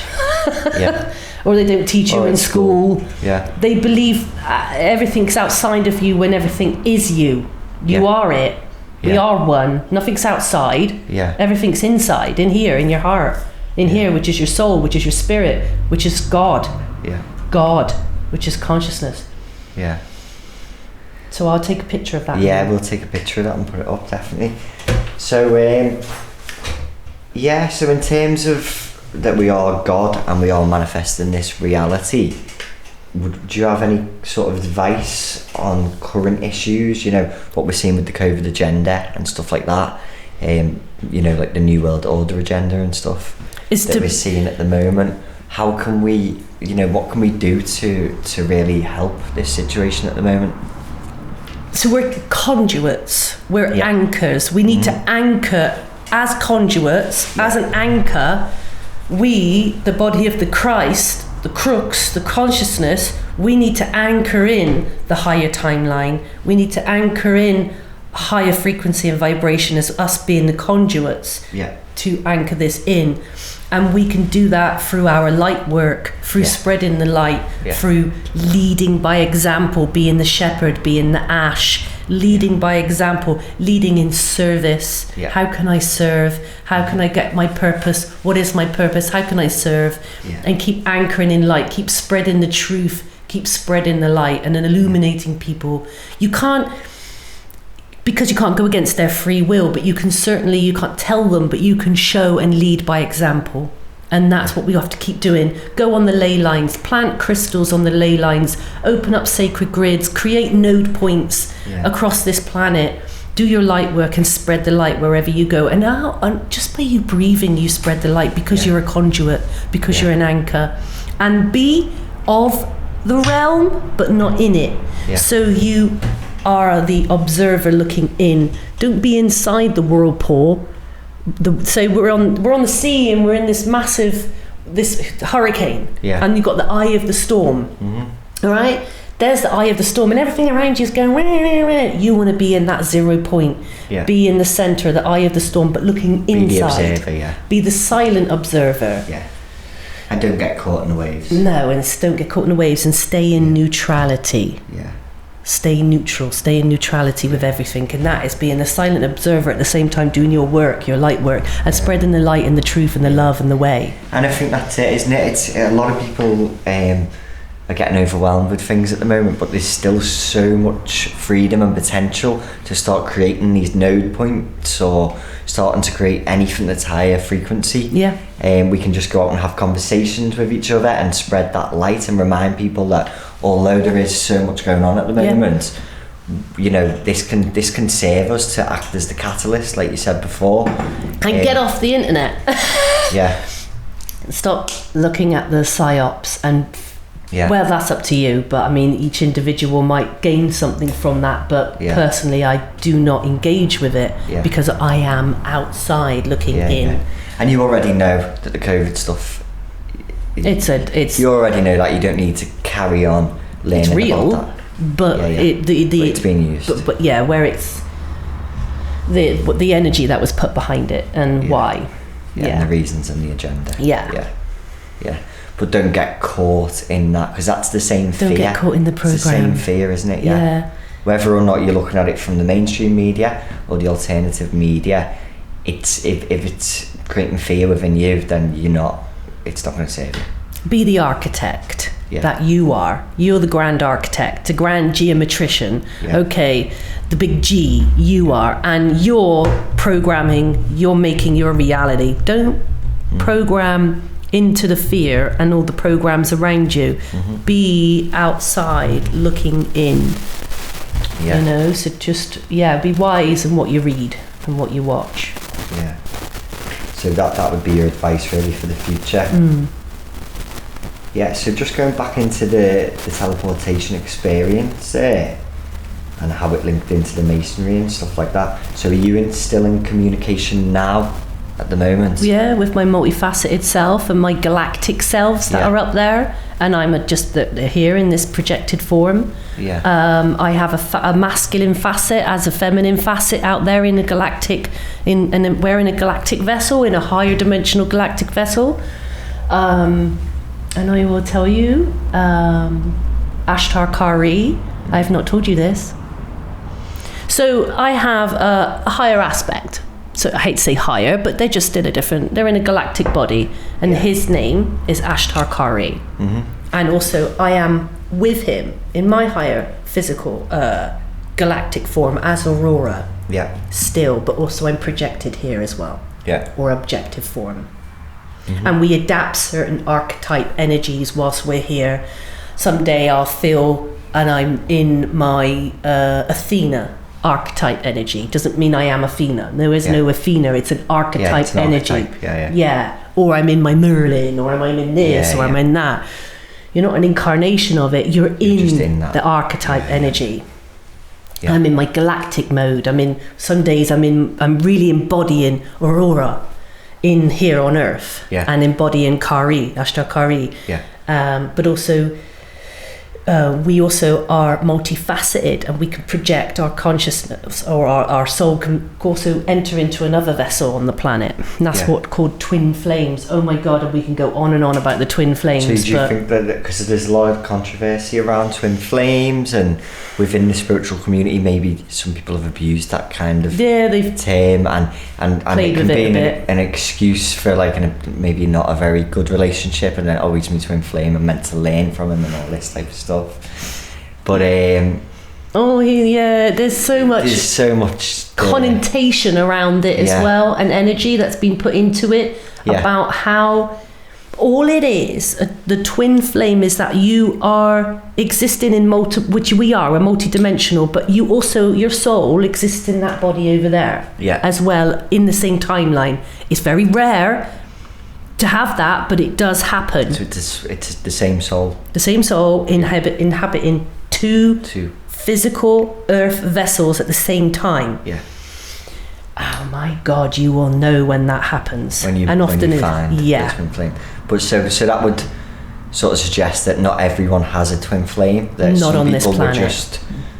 Just their soul was incarnated. So if you're up there, I hate to say up, okay, where do we say? So you're in this realm, in this timeline, so my galactic selves are projecting right now on the planet a masculine and feminine form, okay, as well, because we're soul, we're projecting from different angles here, like your camera is.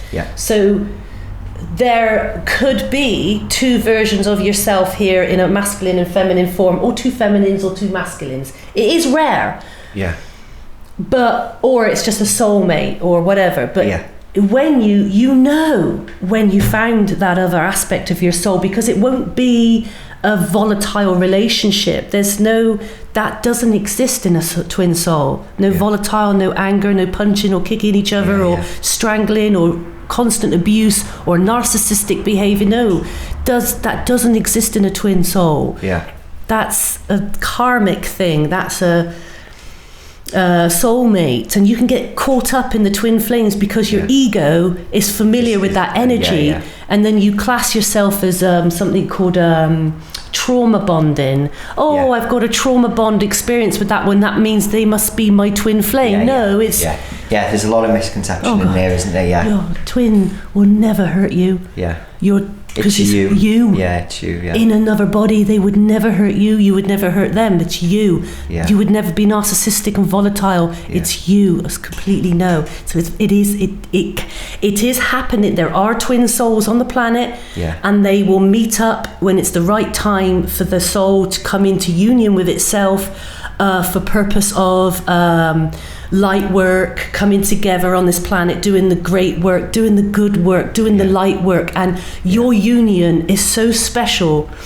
Often twin flames won't have children together.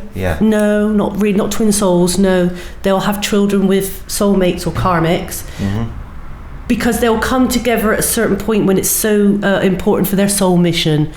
The focus is their soul mission. So their projection or their objective form is sent here for that purpose of soul mission. But you'll have other timelines playing out with other souls that you've got to sort out first. And then when you've finished all that, and that could be lifetimes. Could be, but because of where we are now, twin souls are coming together faster, and they'll meet each other, and it might be a little bit too much. And they'll revert back to their familiar energies. Or they will come together for their work, for their light work, and give grace to God and give grace to this beautiful planet.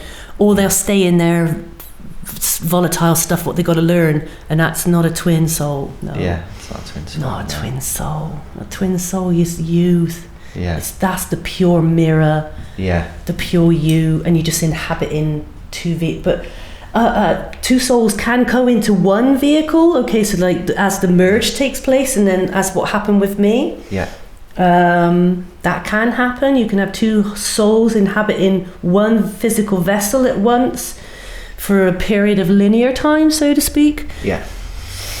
So lots of misconception around twin souls and twin flames, and people can get way up in their ego about it and lose sight, touch and sight of what really is in front of them. So just going back onto the experience, the teleportation experience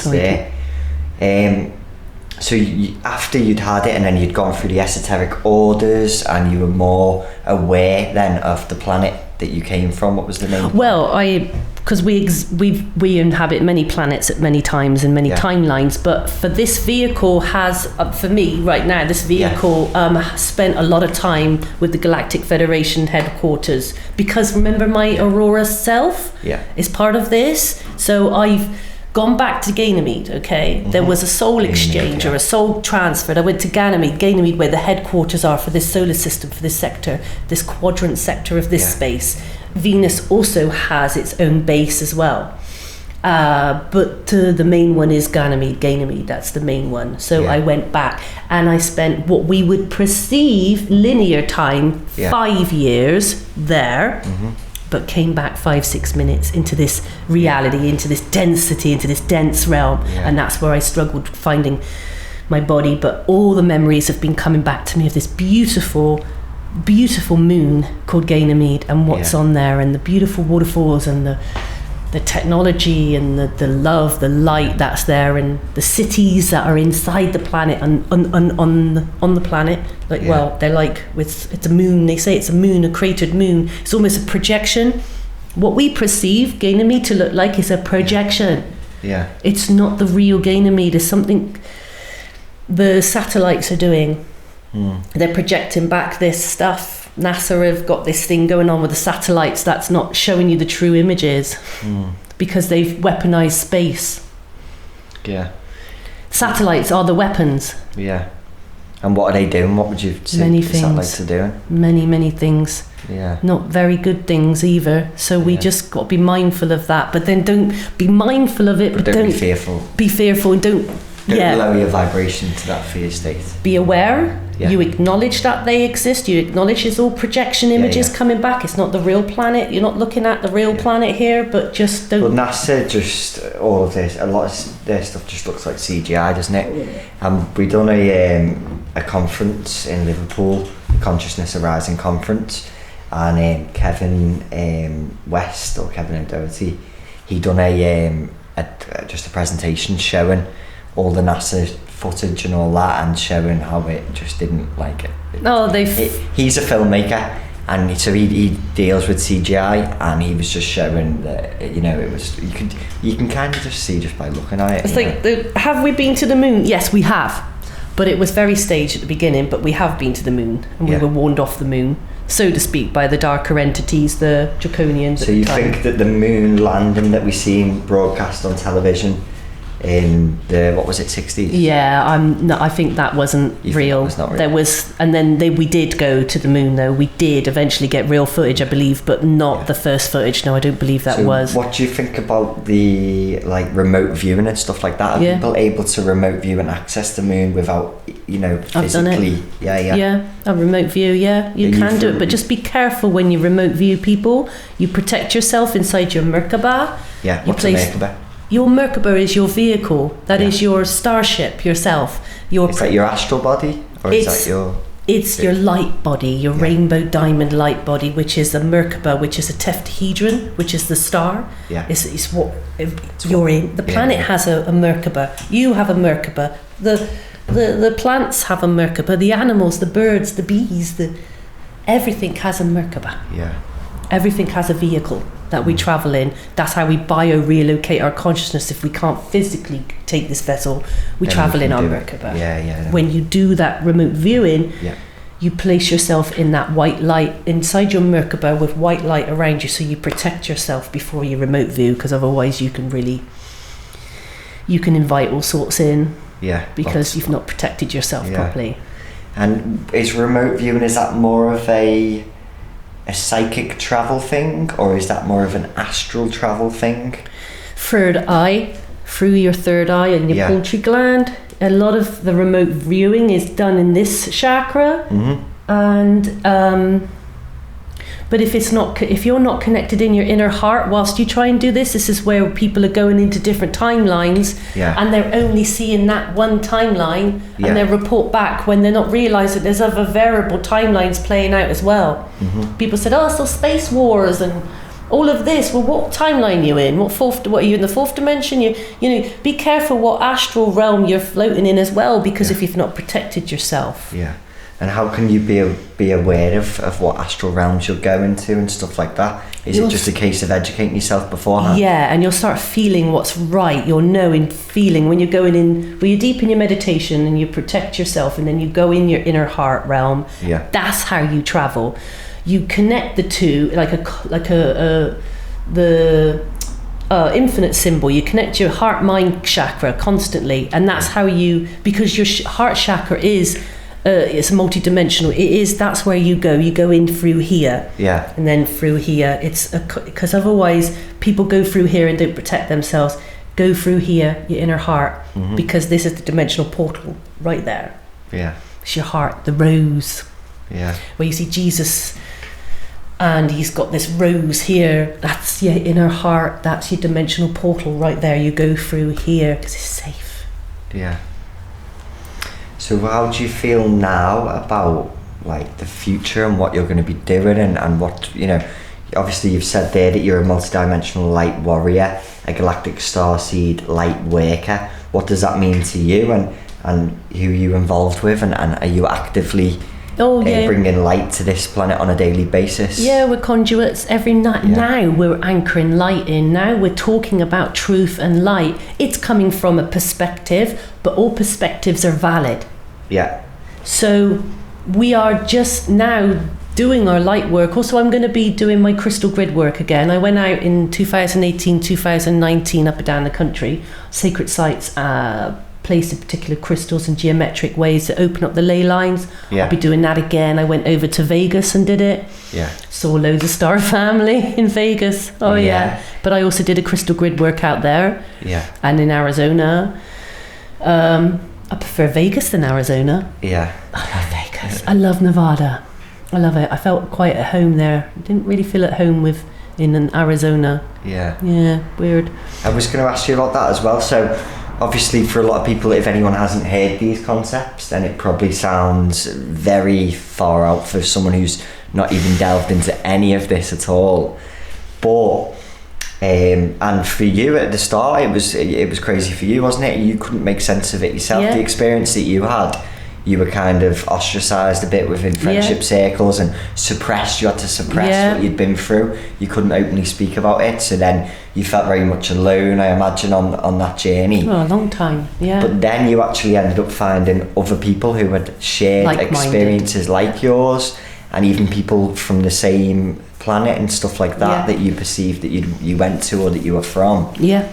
So can you talk us a little bit through that journey of meeting other people who've been through similar experiences? So your soul will guide you anyway to the right people. As they say, birds of a feather flock together. Yeah. So you'll flock the same way as them, and you'll meet these people and they'll come in and out of your life, and that's how we will grow.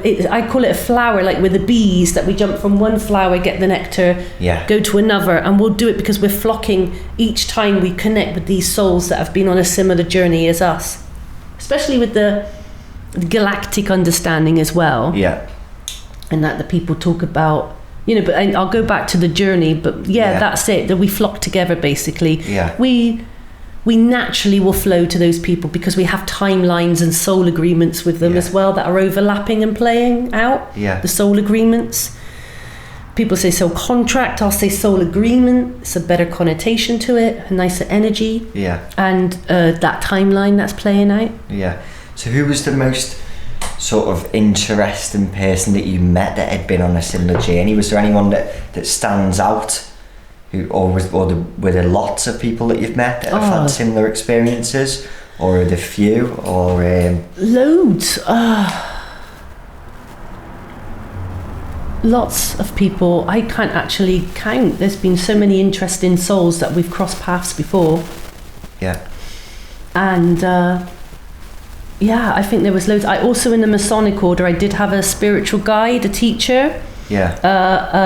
A master and the apprentice, and I was the apprentice and she was my master, and she's passed on now. Liz, her name was, and she was one of the greatest souls I've ever known. She was in all the high. She'd been there and done it and wore the t-shirt, and she was fantastic. And I still telepathically talk to her now because we're spirit, aren't we? We're soul. We can talk straight to the soul, but. So many I've met on this wonderful journey, I couldn't count on my fingers. Yeah. And so have you met people who are from the same planet? Oh yes, lots of people say, I'm from Venus, and I'm from the Pleiades, or I'm from Aldebaran, or I'm from Alpha Centauri and Andromeda, and they'll go on, and or from Sirius, or Sirius A, B, or C, or Extra-Terrestrial, which is this planet that's inside the Sirius binary system. Yeah. It's a water planet.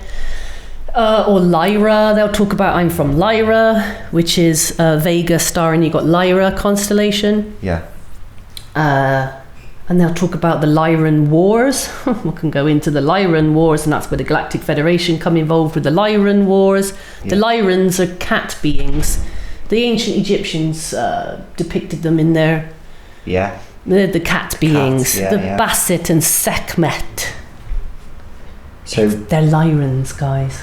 Yeah. So for anyone who this information's new to, or anyone in general who wants to learn more, where can people go to find out more information about these planets and about these other dimensions and stuff like that? Again, birds of a feather flock together. You'll find them. You'll find them, guys. You'll find the right people. You'll find the right people who will talk to you. You'll call them your soul tribe, that you have a familiarity with that soul from that planet or that star system. Are there any books or anything online or anything like that you'd recommend? There is a book that I will leave with you to put at the bottom of the... Yeah, I'll put it in the description, My dear brother in the Netherlands sent me this book, great book, of Star Family, about this woman writer, and I forgot the name of it, but Yeah. and there's lots of people out there who can collaborate my story. Alex Collier, he's one of them. He can collaborate my story about Ganymede. Yeah. He's on the internet. You can find him on the internet, Alex Collier. Yeah. And then obviously you do a bit of singing and, I love and stuff it, yourself. And you channel singing, is that correct? Yeah. Channel light language and singing and drawing light language, and I can channel multidimensional beings and angelic beings that we all are, the Elohim that we are, and we can just channel those multifaceted aspects of yourself and other souls, and they bring in information, or your guides as you call them, but they're just you. Yeah. They're you. Okay, so I'll put a link to your channel in the description as well. Yeah. Because you've got some amazing singing on there.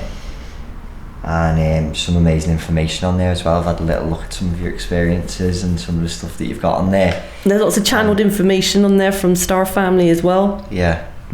The current particular timeline that we were in at that time. Yeah. Remember, timelines change because there's so many of them playing out right now. Yeah. So are we changing on different timelines with our choices? Is that how it works? On an individual, individuated one, yes, but the collective one stays pretty solid. Yeah. Timelines don't split, they merge, they converge. Yeah.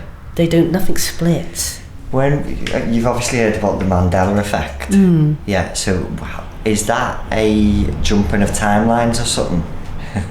Because they obviously perceive, it's basically, for anyone who doesn't know, the Mandela effect is when a group of people have a shared memory of something that wasn't correct.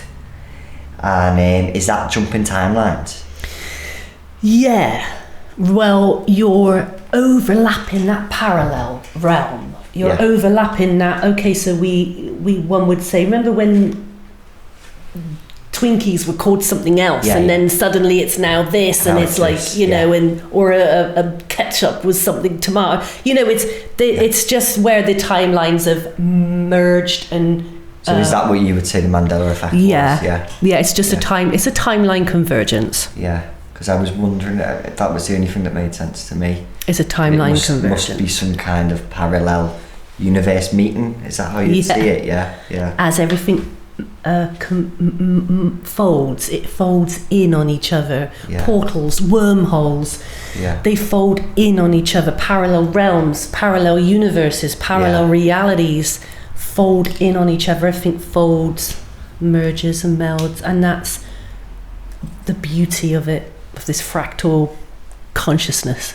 Yeah, that we're in, that we found ourselves. Godhead, whatever you want to call it. Yeah. So I think we've covered a lot there. So that was good. I really enjoyed it. Is there anything that you'd like to add at all, and just any information that you'd like to give out, or any advice, or anything at all? A lot of people are thinking that the high-pitched frequencies that are coming in their ears, they think it's tinnitus. It's not. Okay, I've been getting that. Yeah, it's not tinnitus. It's downloads. Okay, don't call it a download. Whatever. I can't think of another word to explain. It's messages. It's light language. It's encoded. Yeah. And then you'll start to embed it into your DNA, into your RNA. I've been getting this for like the last maybe year and a half, 2 years, and I thought it was tinnitus. No, it's electromagnetic field of the Earth. We call it the Schumann resonance. Okay, I can talk. I didn't get to touch on the Schumann resonance, but it doesn't matter. You could touch on it a little bit. We could do the Schumann resonance. That is the electromagnetic field of the planet. That's at 432 hertz. Yeah. But remember, we're delta, gamma, beta waves. Okay. Now, when the planet's spinning in her Merkaba, okay, and she's at that 432 hertz, so she's the Schumann resonance, we get the signals as she does, and they come in and they're all coded. It's like binary code coming in, and you just kind of have to decode it. What was that message? What was that download? When it comes in your ear, each ear, one time it could be on the left, then it could be on the right. You're feminine, you're masculine, but you're bringing your two hemispheres into one. That's the sacred union, bringing your left and your right hemisphere into one, into the sacred marriage, the sacred union, the Christos, the Sophia, God, it can go on and on. But anyway, the electromagnetic field of the planet, you're hearing her, but also there are codes in that is your higher facets are bringing into their lower facet. And sometimes it happens in dream time or it happens in daytime. So the next time you get a frequency burst, just embrace it as a message, as a code. Try and decode it. Go into meditation, figure out what it is, and then also go and check out the Schumann resonance and see how it's spiked. And that time you'll see a coloration. Yeah. Oh, okay. So and the Schumann what was that? The Schumann resonance. The Schumann resonance. Yeah. It maps the geomagnetic. Everything's magnetized. Everything's magnetism, isn't it? In creation, is magnetized, and the planets our planet has meridians. Yeah. So it's the just meridian lines. The meridian lines. It's all connected. My God, it's like a spider web. Meridian lines. Are they the ley lines? Yeah. Like that, but Jupiter has 4 meridians as well. 4 meridian lines. They're major meridian lines on the planet as well. Yeah. And that's when you can go into where did I do my last grid work? Was in Greenwich, London, and I went to I've had a mental block a minute. Zero. Oh my God, where is it? The zero. No. I'll have to come back to it because I've just had a complete mental block a minute because I'm just getting tired and thirsty. Yeah, I'm getting tired and we're hungry. Worries. But we'll put that underneath anyway. So that was somewhere where you held, what was that, like a ceremony that you held? I planted crystals in Greenwich, London, on the Prime Meridian. Yay! Okay. On the Prime Meridian. Okay. Yeah. Again, meridian, on the meridian line, the centre line that runs from Greenwich, from the North Hemisphere to the Southern Hemisphere, that crosses the Capricorn, the zodiac. So these are like ley line, they're similar to ley lines, but they're meridian lines. Meridian lines. So what does that mean? They're stronger? Very strong, and if you can, I planted crystals right in London, right on the meridian, slightly off anyway. Are there meridian lines that cross similar in the way that ley lines do? Like the body of the cross, they cross like this house has got it on, like they cross, like that. And I went there, and with my dear Sar sister, and we put lots of orgonite into the ground, and we left it there. And then Star Family were just opening up a node point from their ships, from their core crystals that are on their ship, straight down into there, and open up that meridian to keep that timeline in, which isn't the greatest timeline, but we just don't know where it's going to go with these timelines. So we just go out and we do the grid work because we don't know where it's going to go because of the way it shifts all the time. So the grid work, so is that planting crystals, things like orgonite and crystals into the ground and setting your intentions? This is really a ceremony. Like what the light work really is, isn't it? Just sending out any light in any way that we can think of, and anyone can do it. Anyone in do it any way that they want. Just feel some inspiration, have an idea, and go out there and create something. And next thing you know, you'll meet like-minded people. I've got to go. That's what I'm going to be doing next. Is doing my crystal grid work again. Yeah. It needs more crystal grid workers. I mean, there's many out there doing it already, but we need more, and I'm going to be doing it again. And I spoke to our dear sister this morning. I won't mention her name on camera, and she's going to be coming along doing it with me. Nice. She knows who she is, and when she watches the video, she knows what I'm on about. But she's going to come and do it as well, and you're welcome to come and join me, and let's do it. Definitely, Go to Scotland, go to Wales. 100%, yeah, it sounds amazing. Have you got a website at all?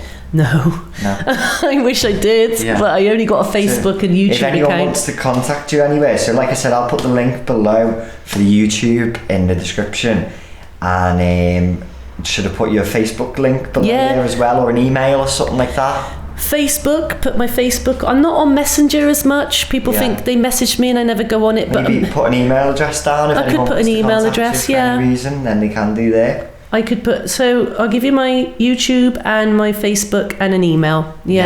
And if this resonates with anyone, or if anyone's had similar experiences or anything like that. Just about to say that, then they can contact you. And nice people, please. No judgment. Unconditional love. Yeah, unconditional love only, Yeah, unconditional love. Yeah. Oh, much love. Thank you, bro. Oh, cheers. Thank you, bro. Sending so much love and light to everybody who's watching this. Thank you for being here in this experience with us, and blessings and blessings. Blessings to this beautiful planet, this beautiful realm. Blessings to Star Family, our angelic family. Blessings to the inner earth beings and the elementals and mycelium network, the Fae. Just blessings to everybody. Blessings.